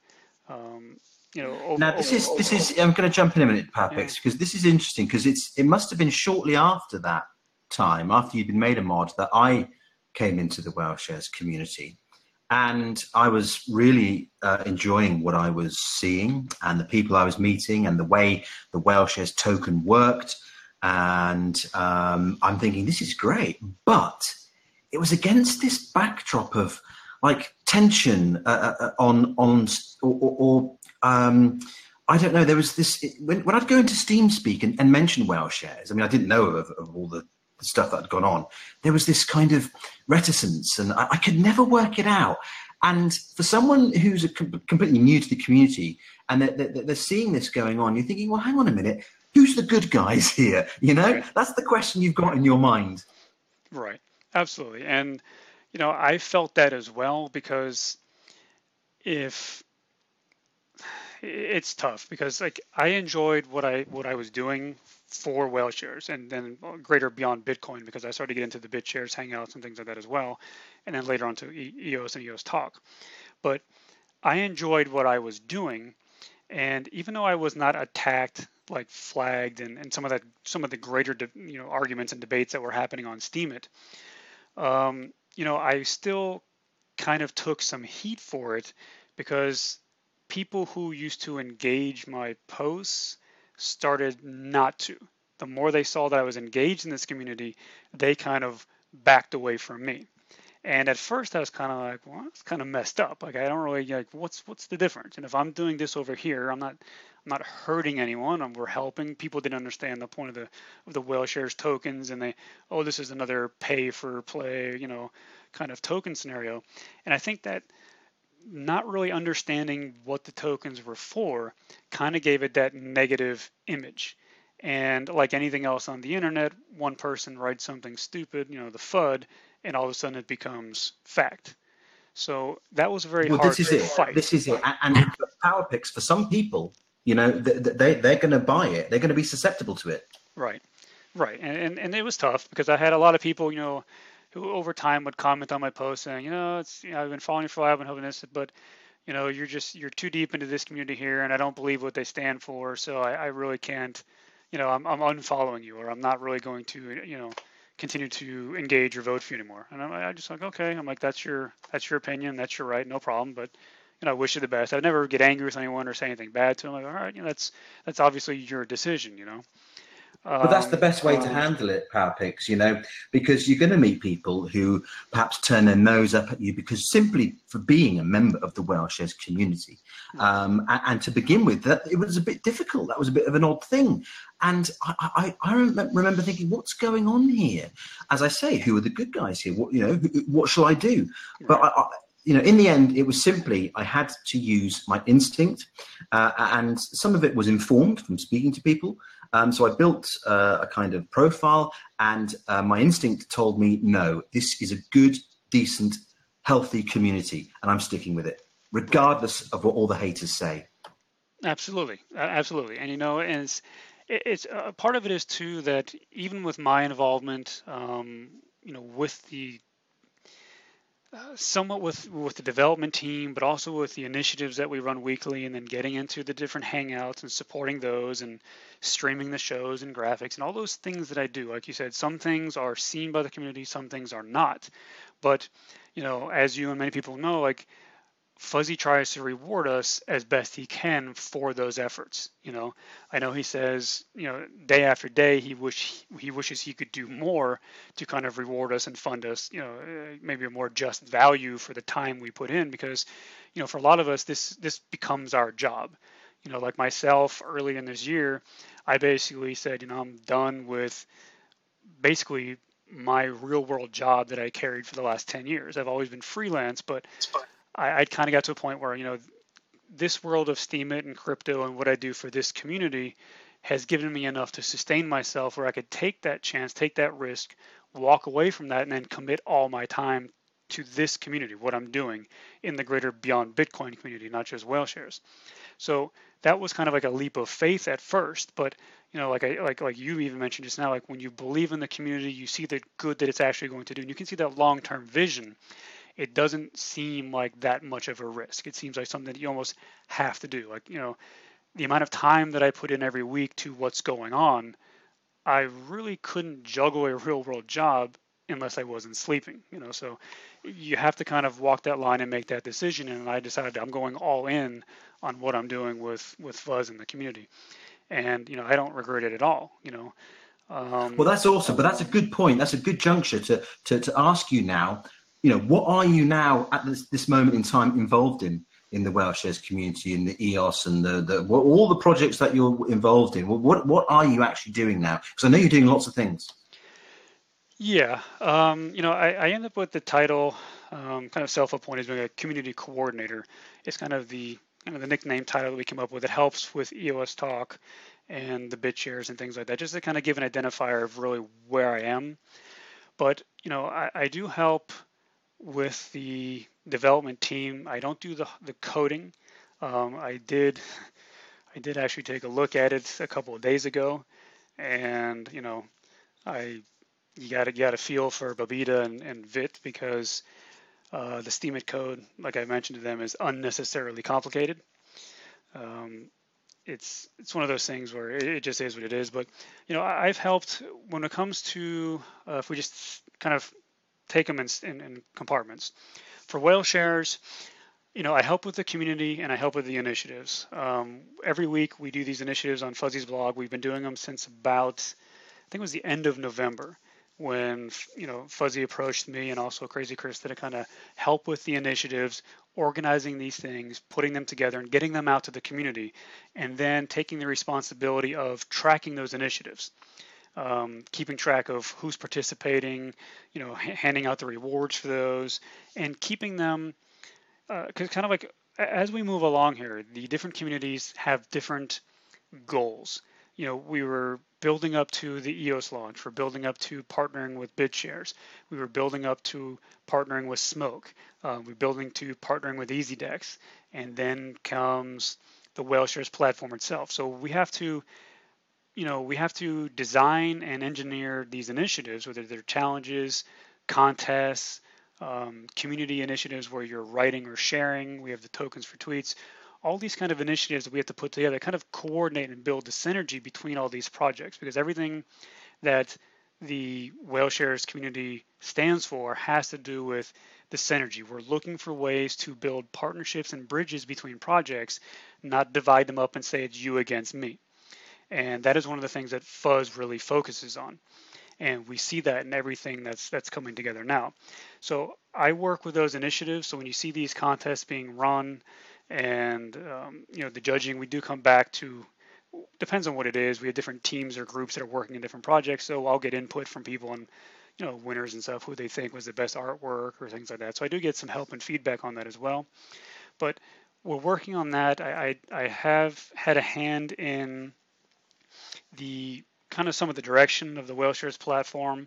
I've given feedback and direction either on design, artwork, functionality, and things, kind of the wish list of things that should be built into it. So I have given my input on that. I am currently a witness for the Whaleshares chain. And it is something that, I do have posts on the beta site right now, and I'll continue to post on the importance of people voting for witnesses.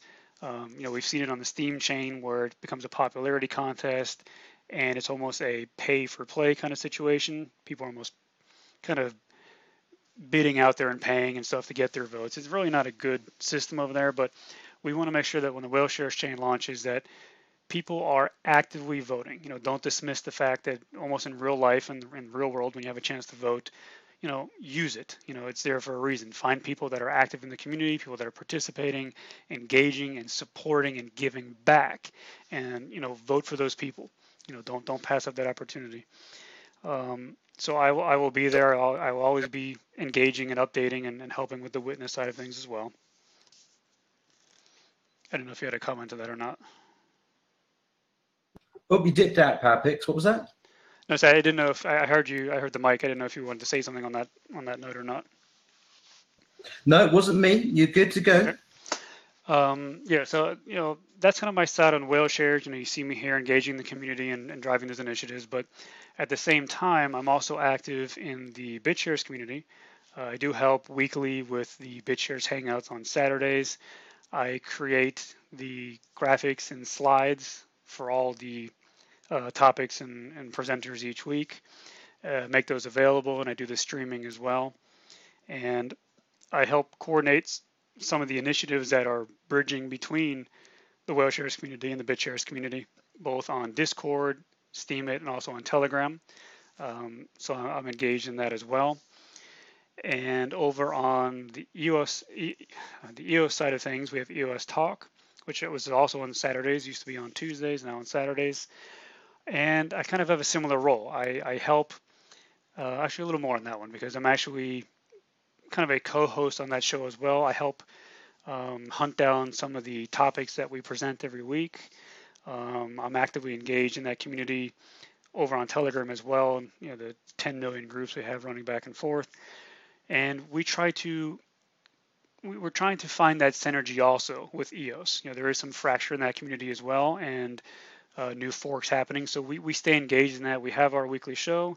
I'm doing the graphics for that, doing the streaming for that, and coordinating that. All these efforts with Brian Gav and Chucky, who help with the Spanish community. So I help bridge that gap between what we do on the English side and with the Spanish community. And of course, helping with these shows on Whaleshares as well, whenever I can. So there's a lot of stuff going on that's both front side of things that you'll see me do, whether it's shows, initiatives, contests, things like that, or here in the Discords. But behind the scenes, I'm doing a lot of networking and interactions between BitShares, Steam, and EOS communities. And there's so many aspects to that as far as getting people to work together. Well, this is it. I mean, I can see why that title that you've earned yourself, community coordinator. I mean, that is so suitable. I think it's so apt. Yeah, and it's one of those things where in the beginning I used to scratch my head at how Fuzz got so much done in a day.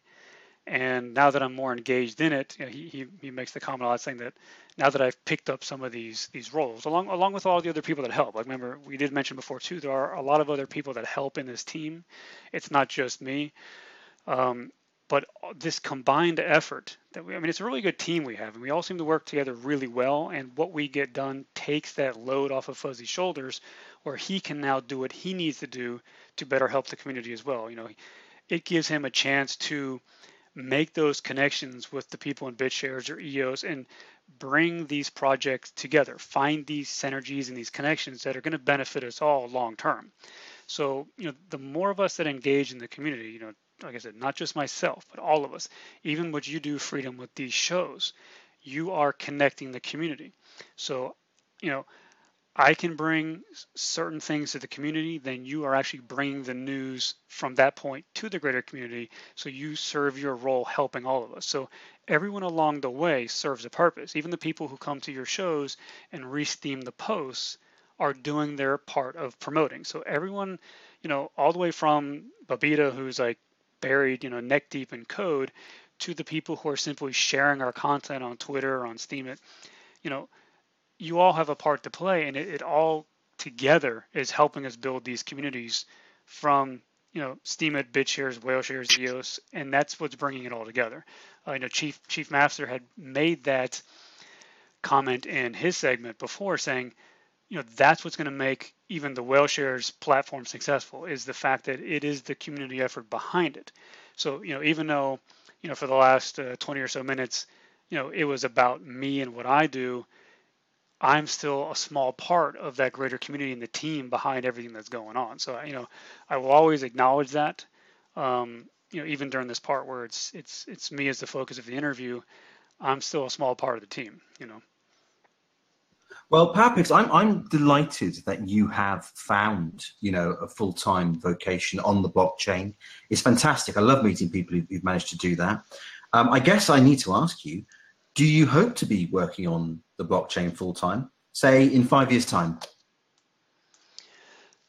Absolutely, because assuming we don't have a complete, crash of crypto in general because of regulations or something like that happening here in the United States, I would love to be engaged in this long term.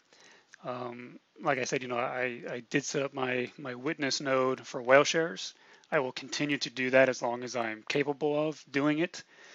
I'm going to do it also for the EOSTalk chain, which is also being developed. That's going to be launched soon as well. So I'll have a witness node for that one as well.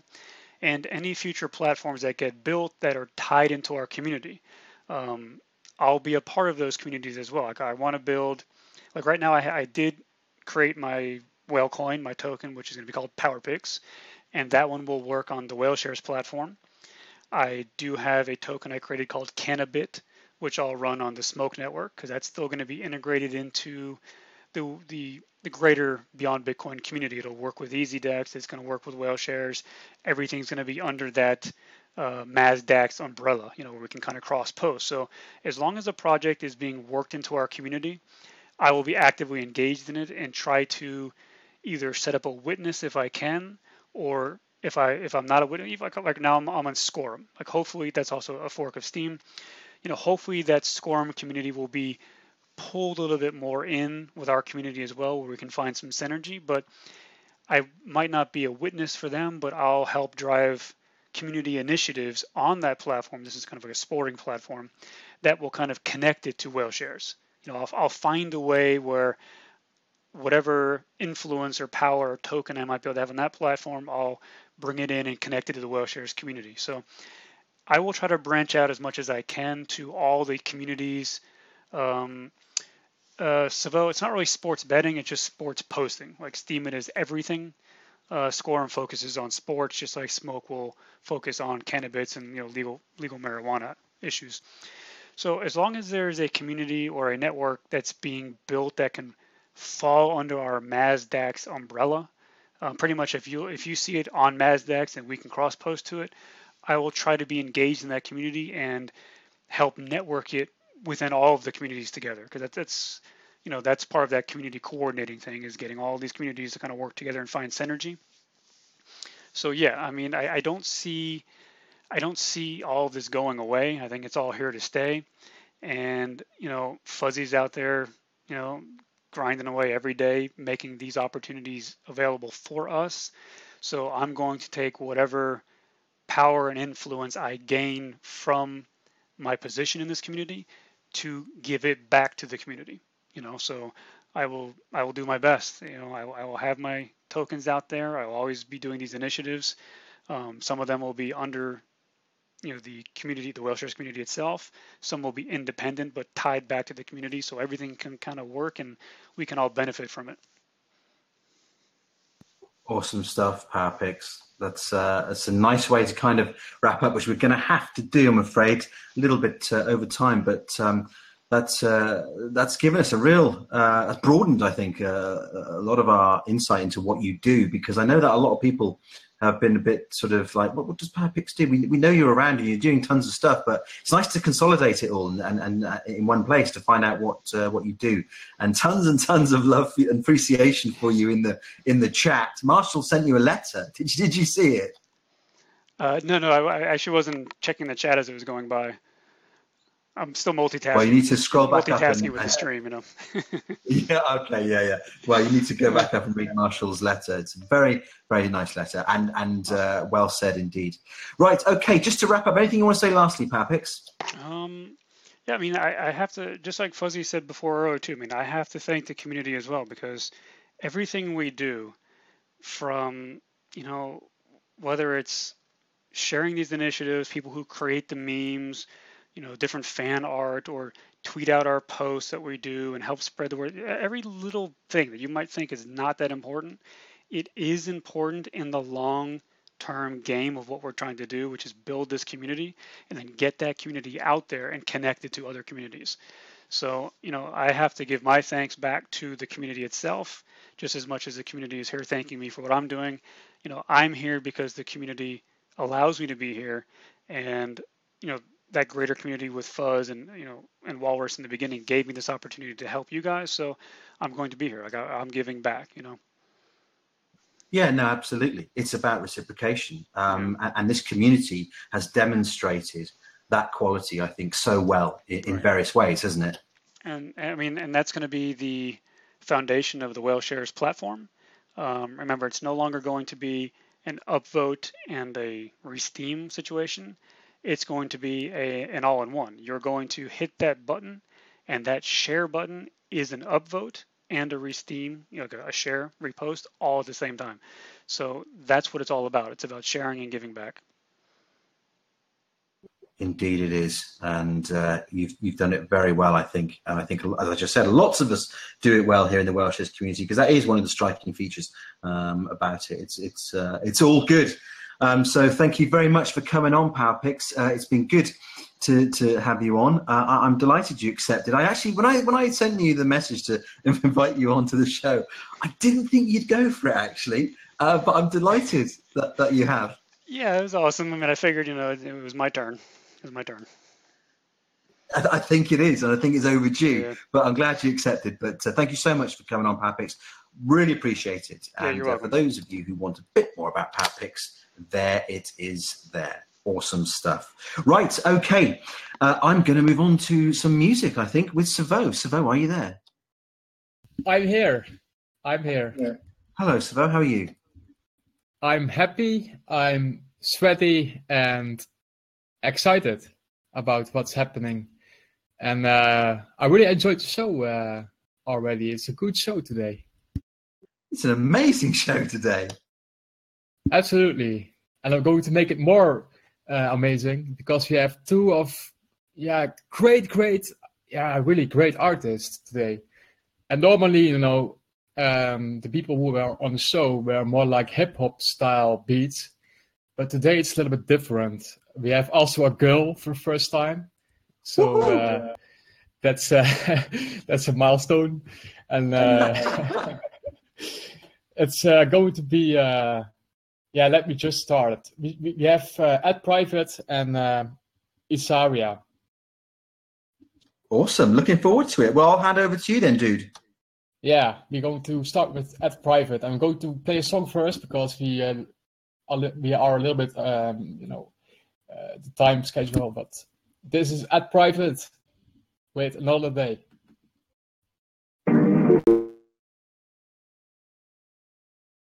I will never let this feeling go away. I'm looking forward to another day. Yeah. Another day, yeah. There's no need to go to cabaret. We can spend the night here, just you and me. Yeah. You and me. Just hold on for a second. We have the whole night to share. Every single call. Girl, you mean more to me than just a fantasy. And wait for one more. When I have you by my side, I wanna hold to this moment. Hold on for a moment. It's like life will both be right. right. If we all think we're lying in the dark, go make the design. I will never let this thing go away. I'm looking forward to another day, another day,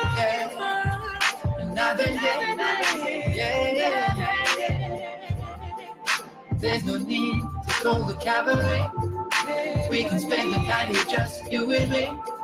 We can spend the night here, you and me, you and me. We can't have it your way, cheating on them, staring at the show. So let's not live today. They just ain't on the plan, baby. If you want to know, cause I'm just getting started. You're here cause you're there. We both are the same page. So let's just stay for another day. I will never let you go away. I'm looking forward to another day, another day, another day. Every time she wants some sugar, we can spend the night just you and me. You and me, You and me, you and me, you and me, you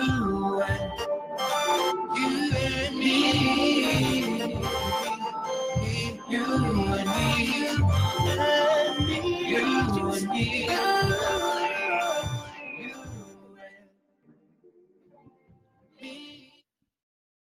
Yes. Beautiful, right? At Private, are you there? Yo. It was a great song, man. Thanks, brother. So yeah, at Private, a lot of people probably don't know you, or they do, but I do. You've been around since half a year, and you actually immediately started doing live videos, right? Let's first talk a little bit about you. Tell us a little bit. How did you come to Steemit, and how did you start out as an artist here on Steemit? First of all, thanks for having me on your show. I really appreciate.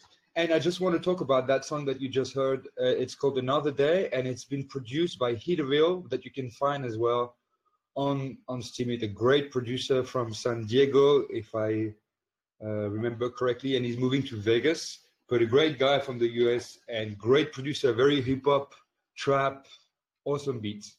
So to answer your question, I arrived the 27th of December of last year on Steemit, or a little bit before, and I really started being active beginning of January.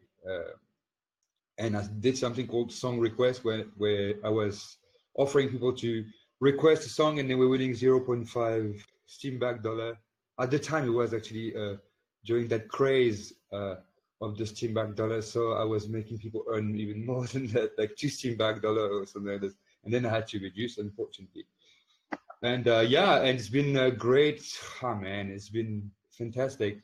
I mean, I know everybody. I've been here listening to the whole show, to everyone talking. So we're talking about up and down of the platform, but it's been, for me, it's been just positive experience. Like, I've got nothing bad to say about Steam and the users, the people that I've met, everyone. Like, this has been just like a blessing for me.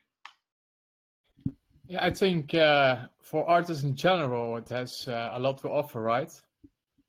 But yeah, you know, you are from December. Some people are a little bit longer, but yeah. With the song requests, you're still doing that, or how did it went? Well, at the moment, right now, I'm very focused on writing my second album that I possibly will release in November. I don't know. We'll see how it goes. Maybe for the Steam Fest in Poland. We'll see. But yeah, everything is kind of interconnected at the moment. So I'm working as well for Music Coin a little bit. I've started working with them, especially on the video. But it all kind of gelled together. Video.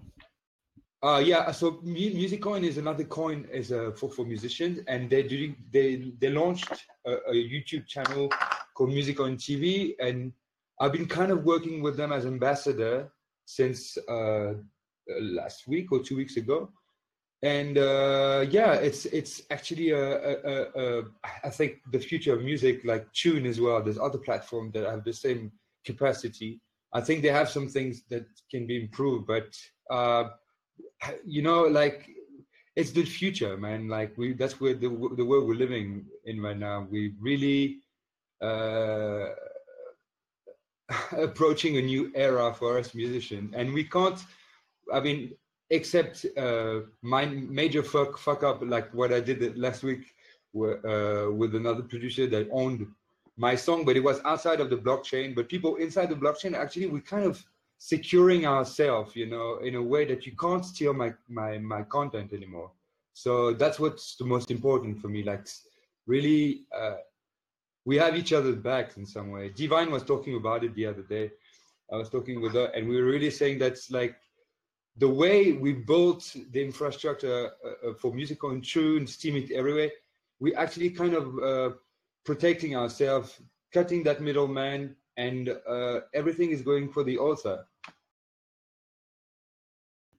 Yeah, that's true. It's really indie and independent artists. It's nice to see as well. You know, there's a lot of things going on, but everybody gets ripped. I think if you make good music, I have self-release, which I never signed, for instance. But actually, if you look at it now, don't you think in an oversaturated market that, you know, it's a giant free-for-all, and blockchain is very, very new, actually. And for one reason, there is a lot to offer. But I think that, you know, everything should also be connected. Don't you think?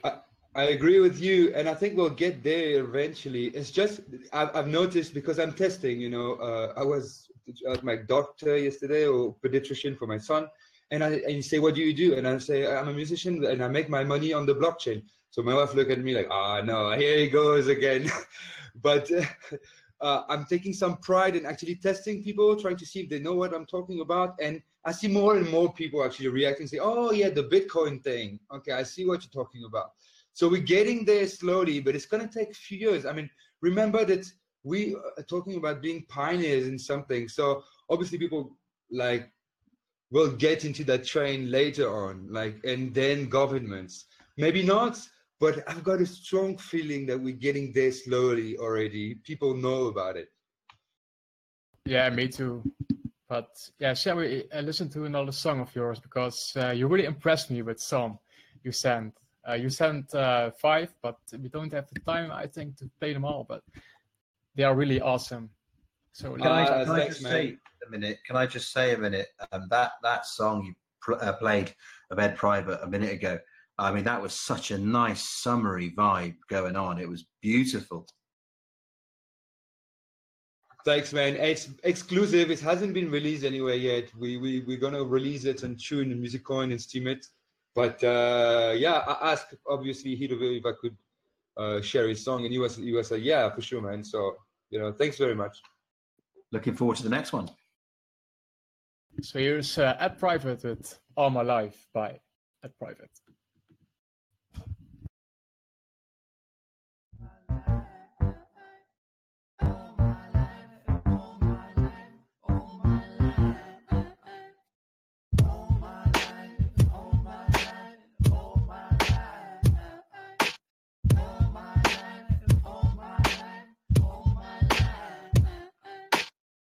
If you give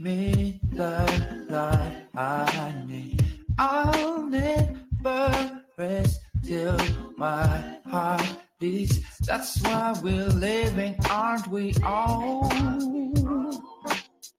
That's why I never get to fall. We all wonder if none matters. Filling the blanks, joke on us. That's why we're living, aren't we all? That's why we're breaking walls. There is rain in my heart, and everyone else is passing by. No one's looking my way. I can't deserve the right to say what is left of me, left of me. All my life, something still right in front of me.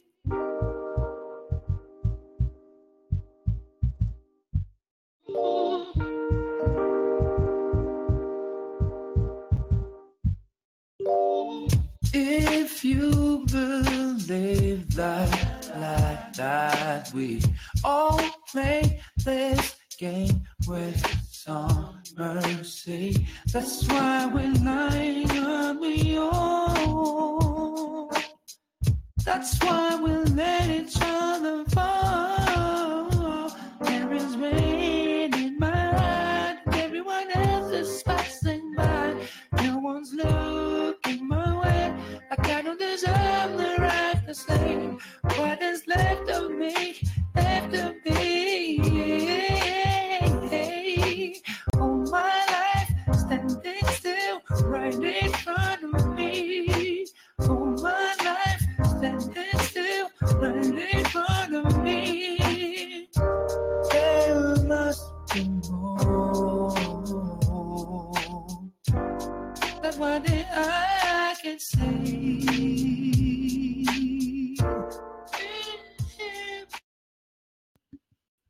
Yeah, sorry for cutting the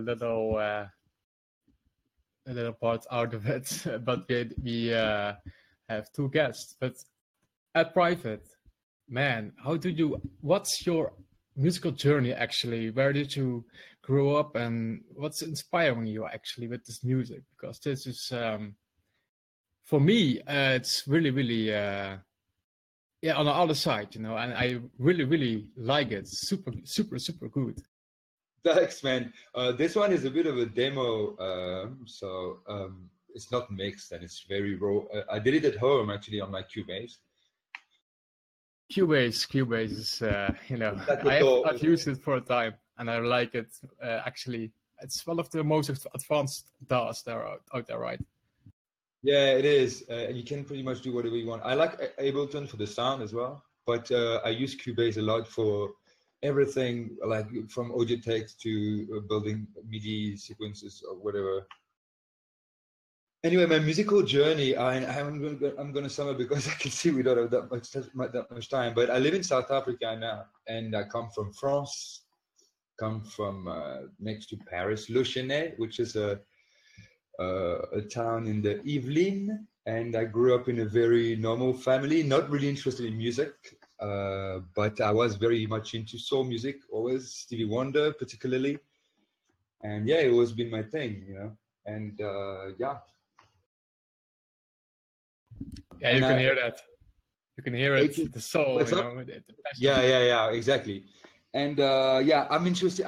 Soul music is my thing, like neo soul as well, what we call neo soul. So this era of 95 up to 2005, there's a whole genre that's been led by guys like Maxwell, D'Angelo, Bilal, Joe Scott, Lauryn Hill.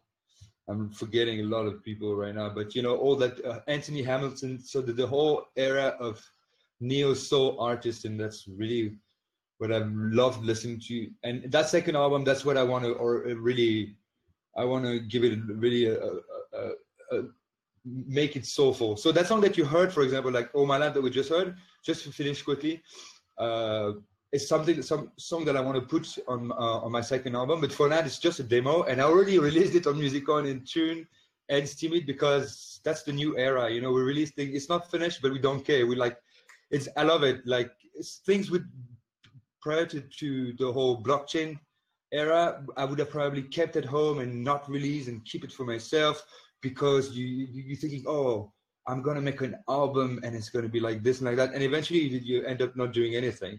So just now I do a song, the same day I release it, I can have an opinion. Is it good? Is it not good? What do I need to change? Yeah, the trick is really to make it, as fast as possible finished, right? To have the structure. But Ed, send me some good recommendations in the DM or something for this music, because I want to explore it more. But we also go to our next guest, which is Isaria, and you probably know each other. And I want to thank you.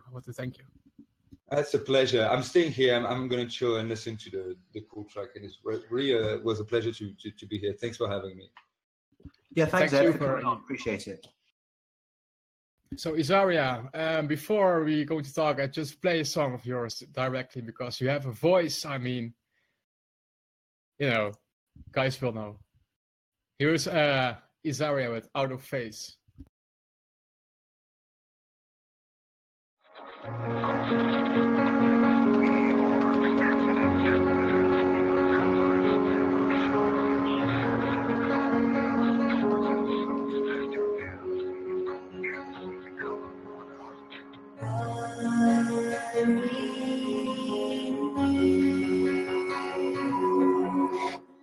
Inside a memory of older, when we crossed over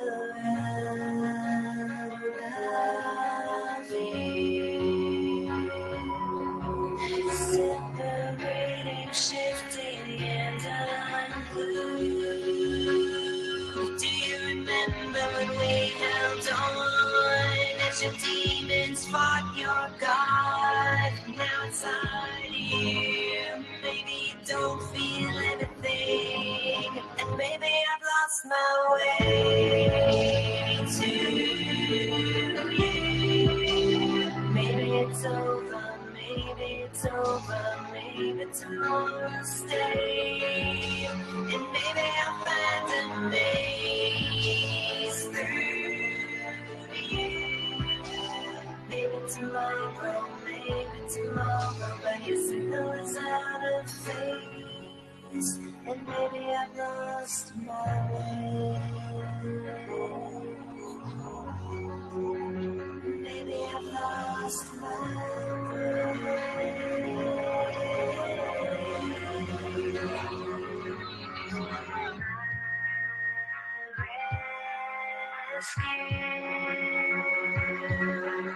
Falling as I let these embers smolder, as we grew colder,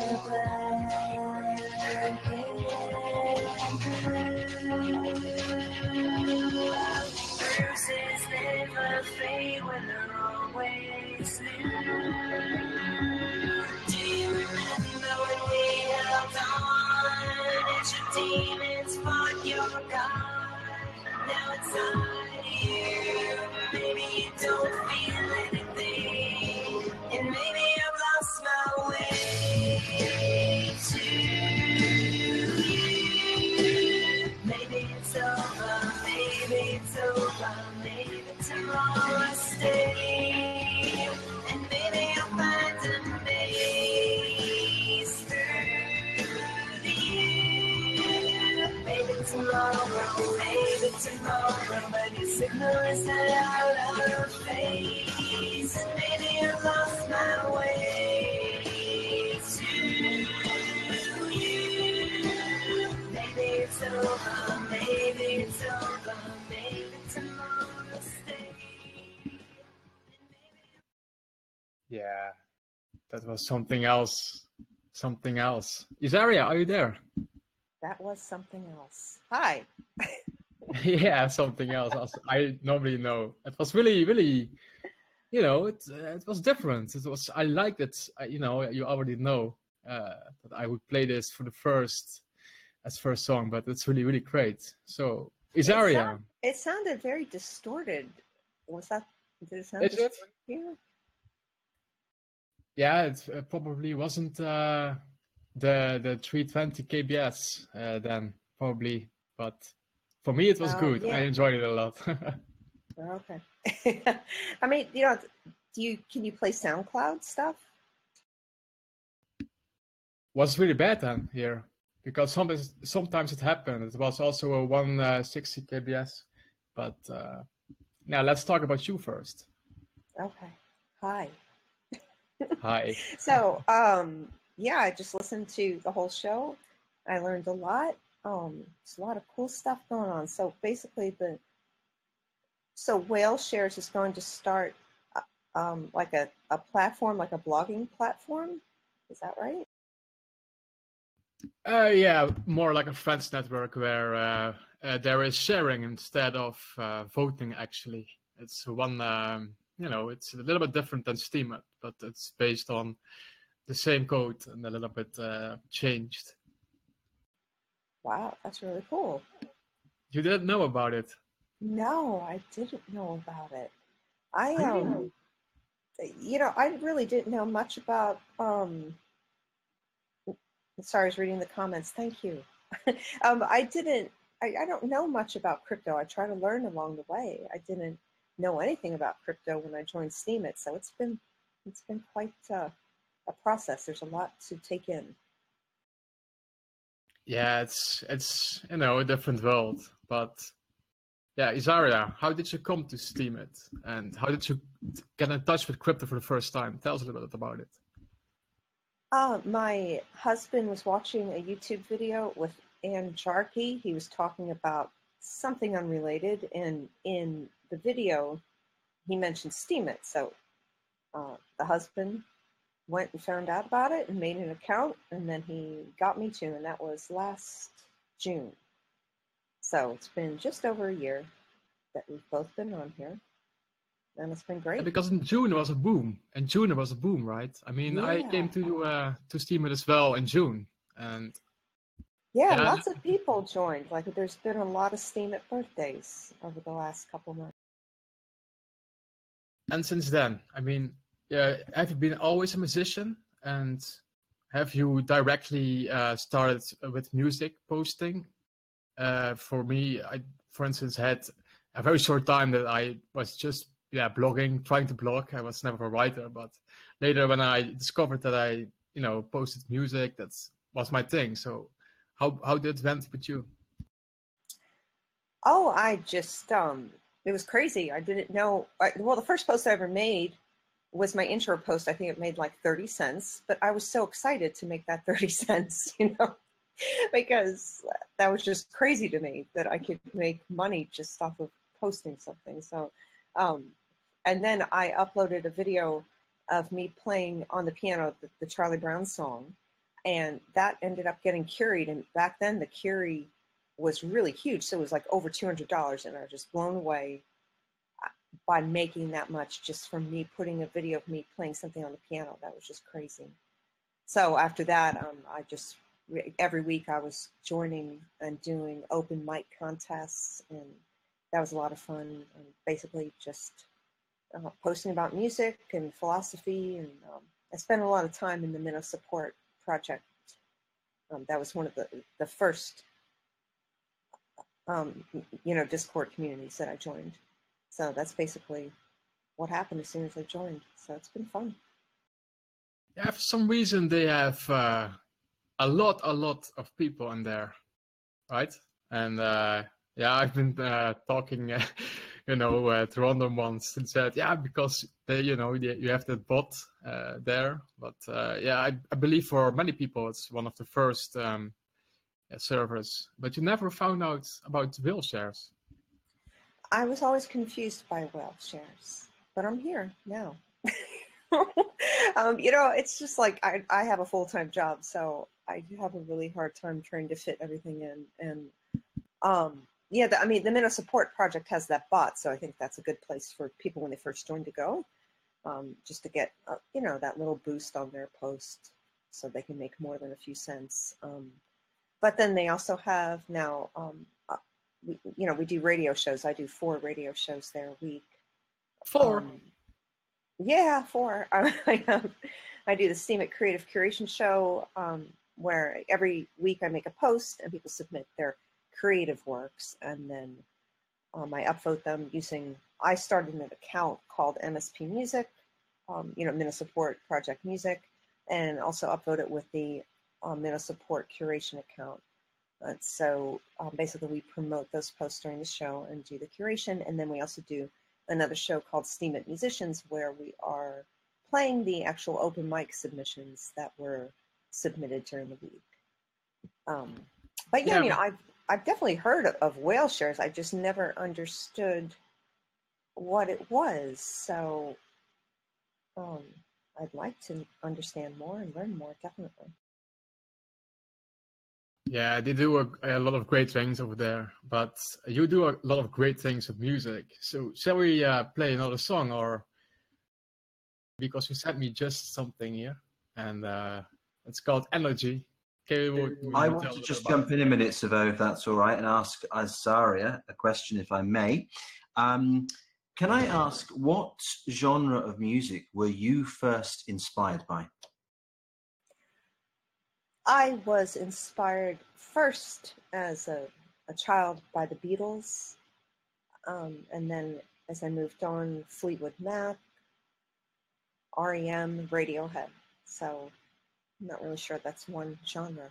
No, but it might not be, but I can see the journey for sure. And by the way, all of those are great artists. Yeah, definitely. So how did you move from those kind of influences to where you are now?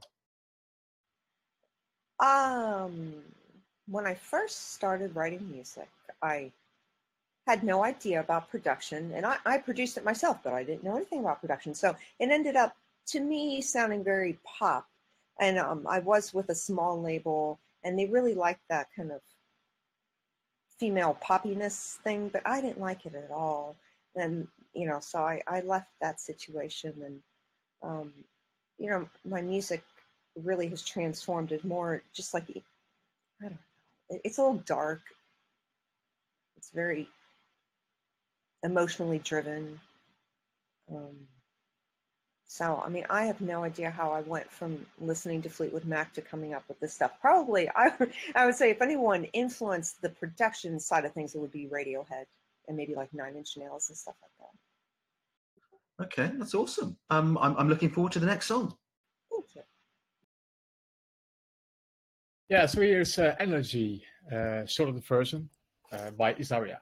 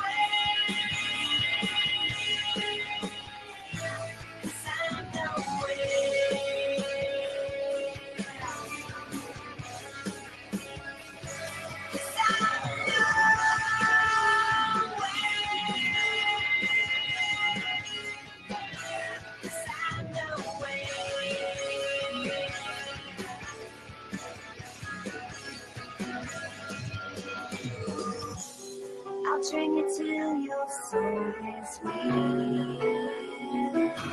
It's not how I wanna be. It's not how I wanna be. I'll take what I want to only leave. It's not how I wanna be. It's not how I wanna be. But when you feel you're addicted to someone, when you feel you just can't give enough, I'll take all your energy and steal your heart. Like a vampire steals your breath. I'll take all your energy, you're deep in the dark, and you'll never even know I was there. 'Cause I know where. 'Cause I know where.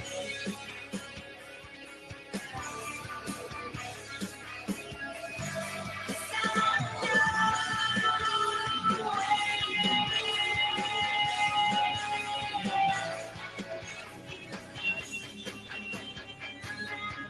I know you just can't give me enough.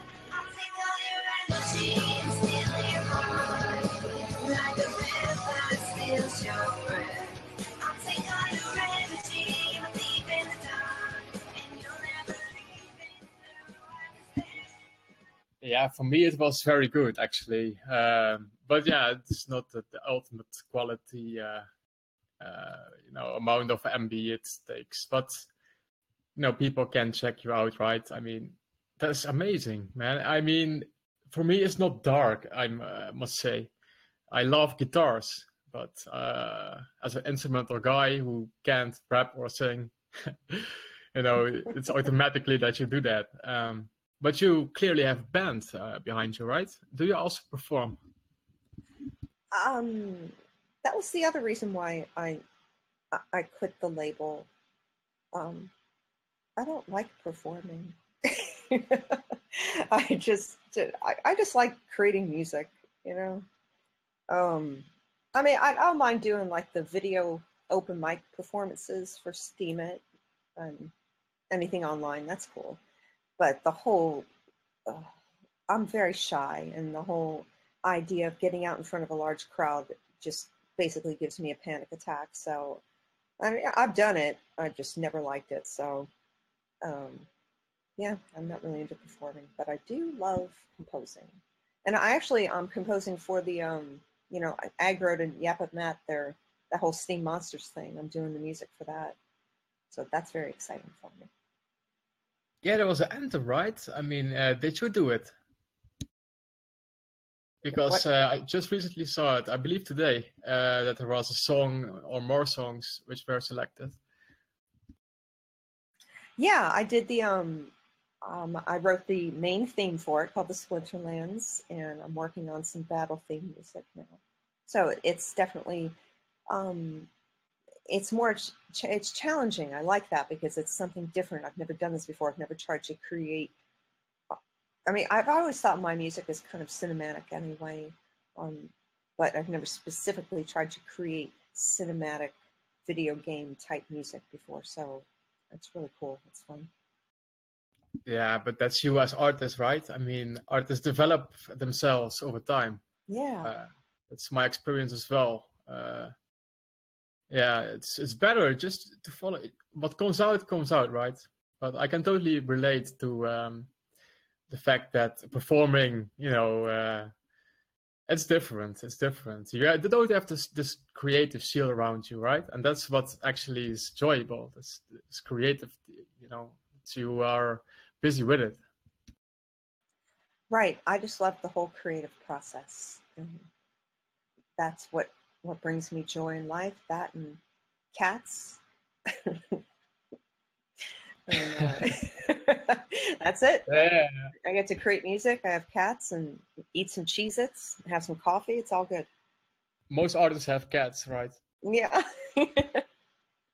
I have one very annoying one. But yeah, what can we expect from you in the coming time? Is there something you want, to tell to people, which is unique, but which is coming up for you shortly?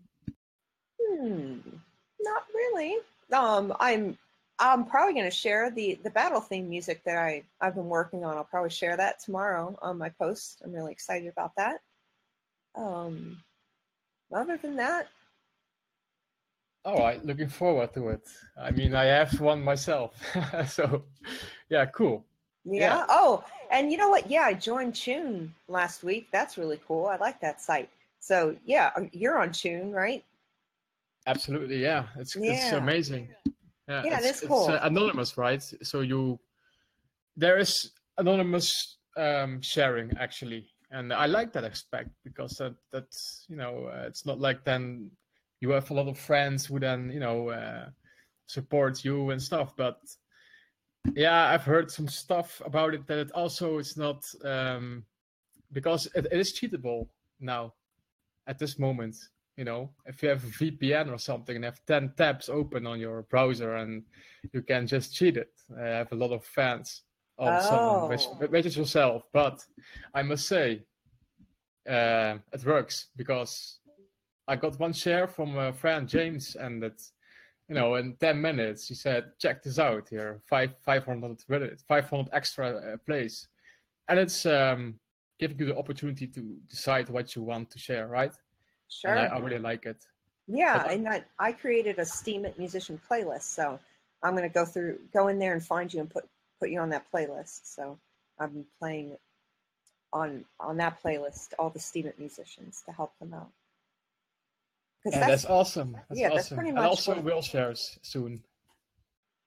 Yeah. Right. Guys, I'm going to have to jump in. I'm sorry, we're running out of time. So is there anything else you want to say sort of lastly, Azaria, to wrap up? I just want to thank you for having me on the show. And I would like to find out more about Whaleshares and how it all works and how to get involved in the new project. If anyone has any information, that would be awesome. Sure. Oh, there's lots of people around. Come into general anytime you want in Whaleshares Discord and ask any questions you want or DM me, whatever you prefer. And there's tons of information around. And Fuzzy just put up probably the most important post of the Whaleshares journey that we've come across so far. So that was just put up a while back. Just scroll up. It should be up there. Yeah, maybe somebody can put it in the chat. Yeah, I grabbed it earlier, so I'll look at that. Okay, thank you. You're very welcome. Thank you for being here and sharing your awesome music. And you're awesome with your music. So thank you. And thank you for having me on. My pleasure.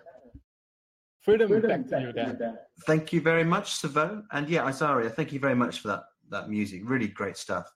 Really enjoyed that first song as well. Amazing.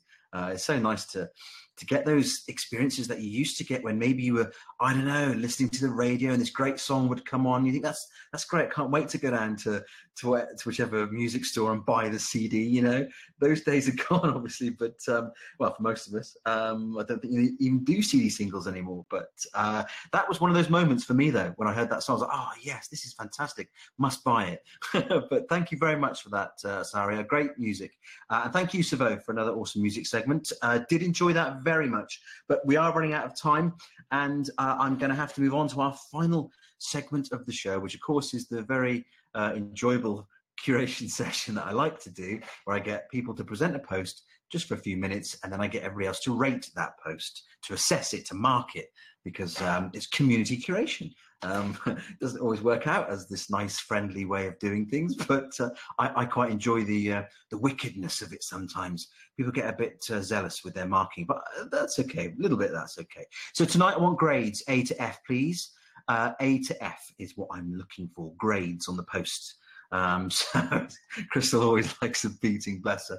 She does indeed. Who can I start with? John Scott, are you there? Hey, Freedom, how are you? Yes, I am. Oh, you're a little bit faint, but I can hear you just. How are you? I'm very good. Thank you for calling. Thank you for calling my name and being on the show. It was a great one, and I'm happy to be here. And congratulations to the Whaleshares announcement by Fuzzy and Isharia and Silvo, and everybody who's part of the community. Thank you. Well, thank you, John. Have you got a post for us? Yeah, sure. I hope you like it this time. Well, you always like my post, but this one was special. Looking forward to it. EasyDex is in London now, so I hope you enjoy it. We brought it to you. And also, I want to thank PowerPics for everything. Okay, well, tell us a bit more about this post.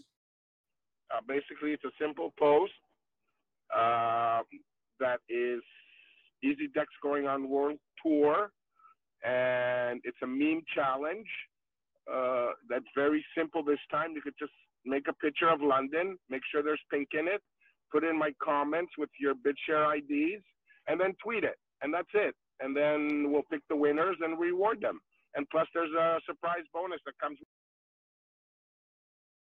Oh, very nice. How long are you in London for?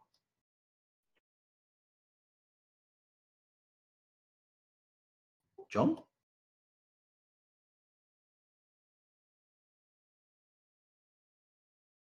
Oh, we seem to have lost John. Never mind. Okay. John, are you there? I'm still here, yeah. I said we'll be there for a week, and it's such a beautiful city. We're going to extend it maybe for a week. Okay, that's fantastic. When you say you're in London, are you physically in London or kind of virtually? At the moment, no. I'd love to be there one day again. I love London. I lived there for 3 months. I have family there, so looking forward to. Awesome. Well, it'd be good to have you back here. And then if you do come to London, we could meet up and go for a pink cappuccino or something. I don't know. But all right. Anything you want to say lastly about your post, John? Congratulations. It was great hearing the announcement, reading about it, and I'm looking forward to it. And one love to the whole community. Well, thank you, John. Appreciate the love. Guys, hope you've given that post at least a scan. I want you to give us your grades now, please. A to F. And I want you to mark fairly. A++. Gosh, Crystal Human's generous there. So A to F and mark fairly. A because John. Yeah, absolutely, Krista. Well said. I might even give it A+++++++++. No, it's not percentage tonight, Cotterin. Keep up. I change it every week. Thank you guys so much. I love you all. Thank you so much. Awesome stuff there. Right, gonna move on. I'm gonna pick on somebody else. Who else can I pick on? Let's pick on Cotterin. In fact, Yes, I'm here. Hello, Cotterin. How are you tonight? I'm doing good. About to drink my wine. I was waiting for it to warm up a bit so I can enjoy its flavors. How are you? You were waiting for your wine to warm up? Yes, it's the red wine. Okay, and it was too cold, was it, your red wine? Yes, it was cellar temperature, but I wanted it slightly warmer. Oh, we've got a connoisseur here. Lovely. Right temperature now. You better quickly drink it in case it changes half a degree or something. I don't know. But yeah, what is the weather like there? Because I am sweating buckets. It's actually hot. Outside it is. Well, maybe not as hot anymore because the sun went down. But during the day it was pretty warm. I didn't go to do anything outside though, even though I had plans. I think we wanted to go to a bicycle shop, but we never did. So I'm just chilling in the house.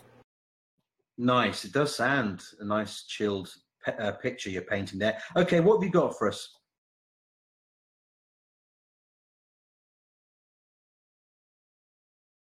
Here, this is my post, and this is just a post that is for a contest. The one that's run by Julian, I think that's how you say his name. He just basically does a daily contest that just like every day of the week there's this like topic to post a picture. I didn't have anything to post about. I was like, I might as well post something. Oh, okay. So it's a bit of a shorter post, bit different for you, but I like it. Needed too hard. John, you're sort of interrupting the chat there. Would you mind just sorting your mic out? Thanks. Yeah, John. What's your mic? But anyways, actually, I joined this group on Facebook, and it's people that just learn food photography or just photography in general, and they usually just share tips and stuff there, and just like share their work and accept criticism, stuff like that. And somebody posted today about how to edit pictures in kind of similar way, because I don't always have this the same color to all of my pictures, like dominant color. And somebody just posted a video how if you do have consistent dominant color, that it's gonna like give your picture a certain look, like if it's like on Instagram or something. So I decided to edit those two pictures that I have in the post and kind of give them that earthy tone, and I think it worked out. Crystal Human doesn't like it. He sent 30 Beyond Bits to Fuzzy Vest for a downvote, but I think that's unfair. I think that's a fantastic picture. I really do. It's such a striking image, and the macro lens on that camera. Are you impressed with it? Actually, usually I shoot my food pictures with my 50 ml. I always want to say milliliter, but I mean millimeter. With the 50 millimeter lens, but this I shot this with a 40 millimeter. I don't really see much difference between these two lenses. I don't know. In the other lens that I have, I can manipulate the aperture more, but I think this works out just fine. Yeah, I think that is a fantastic image. It just makes me hungry for that cherry. It really does. But okay, awesome post, I think. Nice one for you, a bit different. I like it. Okay, guys, grades, please. What do you think of Cotterin's efforts here? Is it worth an A+.5? Okay, that's interesting. Or is it worth Boy Robert's just jealous because he likes your photography? So I'm not accepting that F. No way. 8.77. 7.777. Yeah, 3 7s. That's an odd one. Krista, don't do that to my mind. Okay, lots of A's there. That's good. I'm not including the F. A and an A and an A and A and a B, except A+. But yeah, well, unfortunately, Costrin, rules are rules. Oh, man. Yes, I am too hot to be confused, that's for sure. Right, let me just do a couple more, and then I'm going to wrap up. Crystal Pacheco, are you there? Yes, can you hear me? Oh, you're coming through nice and clear. How are you, Crystal? Good, and you? I'm doing well, thank you. Little bit sweaty, but hey, we won't talk about that now. What have you got? Have you got a post for us? Yes. Oh dear. Are you there? Yeah, that was somebody came in through. But this is my fitness post, and this is talking about 80-day obsession, how much I hate lunges, but love those kettlebell swings, and my struggles of booty day.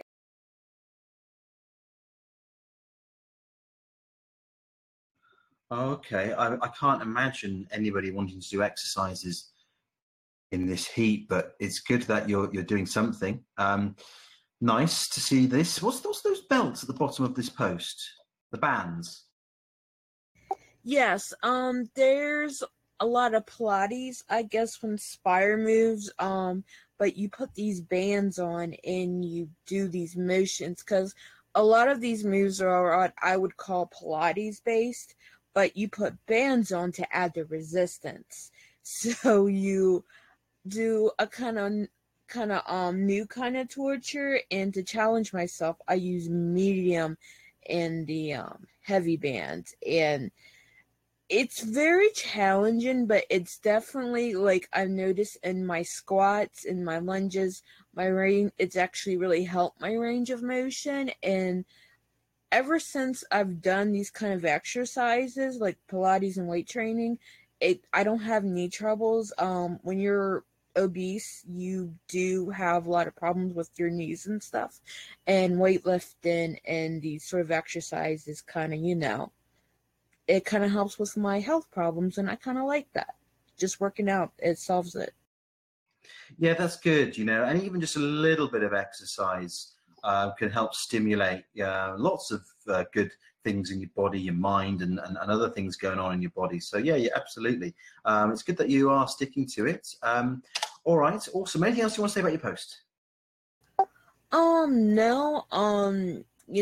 If you're ever worried about what program to start, especially in this heat, just find something you love, whether it's walking, dancing, cycling, or whatever. I prefer to be inside where there's air conditioning because it's too hot to be outside for myself.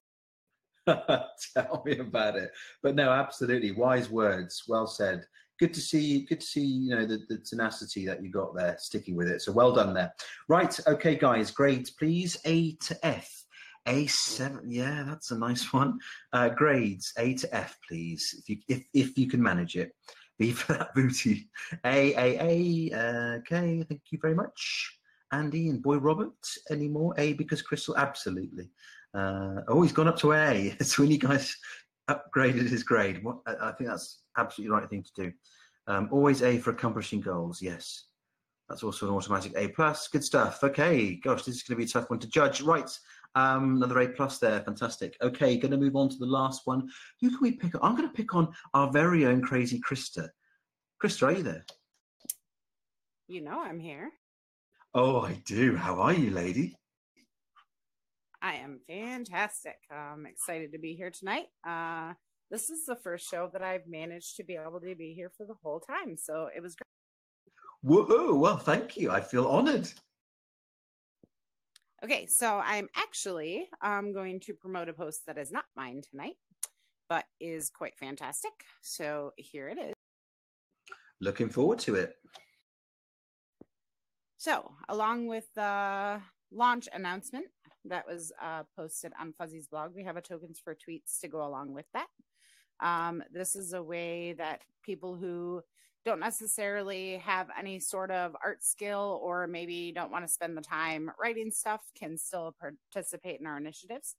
All you need is a Twitter account. You have to have 100 followers, and you can earn yourself some Beyond Bits and spread the Whaleshare love.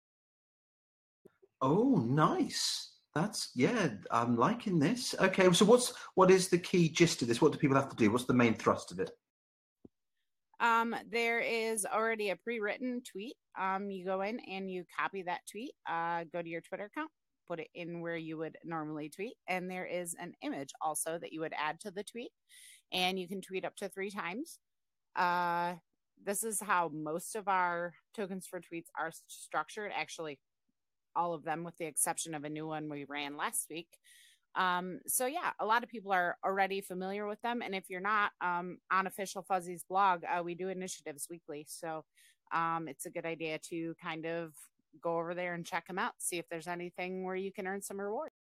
Yeah, no, absolutely. Do you know what? I'm glad you've shared this post because a lot of people don't know about tokens for tweets. Even I didn't know that much about them, to be honest. And this is a good post to learn about tokens for tweets.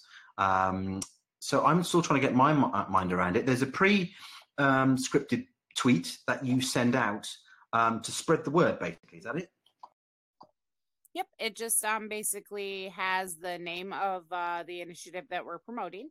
And then, I mean, obviously this one isn't exactly an initiative. It's an announcement post, but we do it for that as well. We do it sometimes for different projects. We've done a couple for Easy Decks. We've done them for Smoke before. And basically you just go in and grab the message, and it just has a link to the Steam It post or the EOSTalk post, depending on what link was put up. And then it has a link to the original Twitter post as well that was posted on the Beyond Bitcoin Twitter. I know I'm just going through the rules there, which are clearly listed in the post itself. And one of the key rules is that you must have at least 100 followers, I suppose, for obvious reasons, yeah.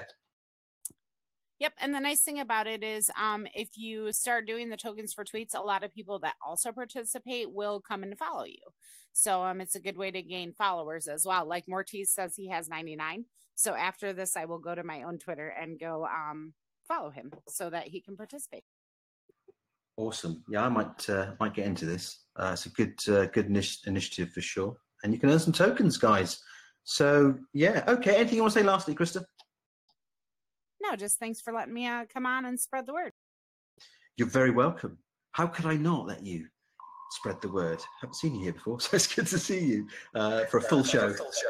Thanks. Good to be here. Awesome stuff. Okay, there we go, guys. I'd like your grades, please. A to F on what you think that post is worth. How much value do you think it has? A to F only, please, if you can manage it. And all the variations of, I suppose. E, well, God, Marshall, shocking. Krista's not going to be happy with you. My word, that's harsh. Okay, all right. More grades, please. C, okay, fine. Gosh, people are a bit harsh to Krista here. Stop that. Stop it. Great post, I think. It's a good initiative as well, guys. You should look into it. Easy way to earn some tokens. See for crazy, kind of. Right, that's it, guys. That's the end of the show. Thank you to everybody who came today. It's been a great turnout. Despite the fact that it is in the height of summer, we've had a good turnout, so it's nice to see. Thank you, guys, for making the effort. Really appreciate it. I hope you've enjoyed the show. And thank you, of course, to my main Brujo, can you sort your mic out, please? And thank you to everybody, my main contributors. Of course, Savo and Chief Mapster, who perform and contribute to this show amazingly. They do a great job. So thank you to those guys. Thank you to my guest, of course, PowerPics. Fantastic to see him on the show. It was good to talk to him. Nice chat indeed. And thank you, of course, to Fuzzy, who came on at the start of the show to give us that amazing news. Milestone we've reached here in Whaleshares, finally starting to happen, which is amazing. So good stuff. I'm sure you will all agree. There's one more thing I just want to say, and I'm hoping PowerPics is still there. I'm just looking through the post of these important timelines, and that is right. There is literally only 4 more days left until that snapshot is taken on the 1st of August. Is that right, PowerPics? Yeah, it should be next Wednesday. Oh, PowerPics is gone. It's next Wednesday, Freedom. Yeah. That will be, 6 days. Is that right? About 6 days' time. Yeah, yep. Next Wednesday. Wednesday. Well, not for you because you're in the future. Sorry, had the mic off. Sorry? I said you're in the future, so a little less time for you than for me. Yeah, okay. So that's quite important because that gives people only a few days if they really want to stock up on their Whaleshares then.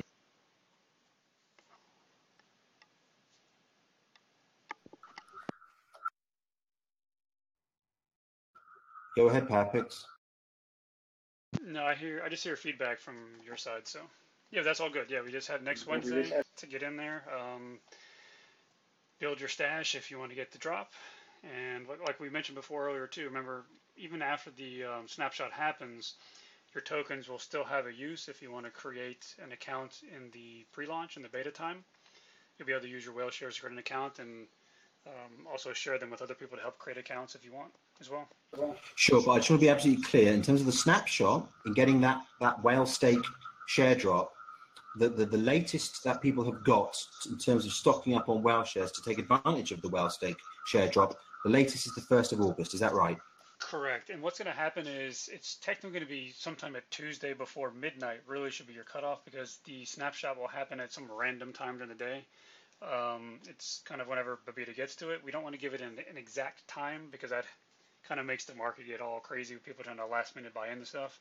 So it'll just be a random So time. what would be, so PowerPics, what would be the safest time, the safest cutoff time? I would say Tuesday, at midnight.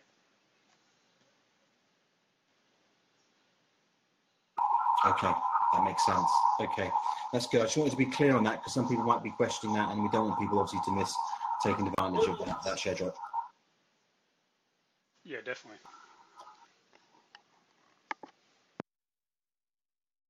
I don't know if you're trying to say something, PowerPics, but we can't hear you. Well, that's good then, isn't it? All right, so there we go.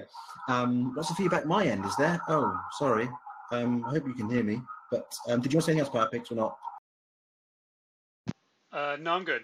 That should get everything wrapped up for us. And like I said, we're here, and if anyone has any other questions, we're in the chat, so you can easily hunt us down and ask the questions.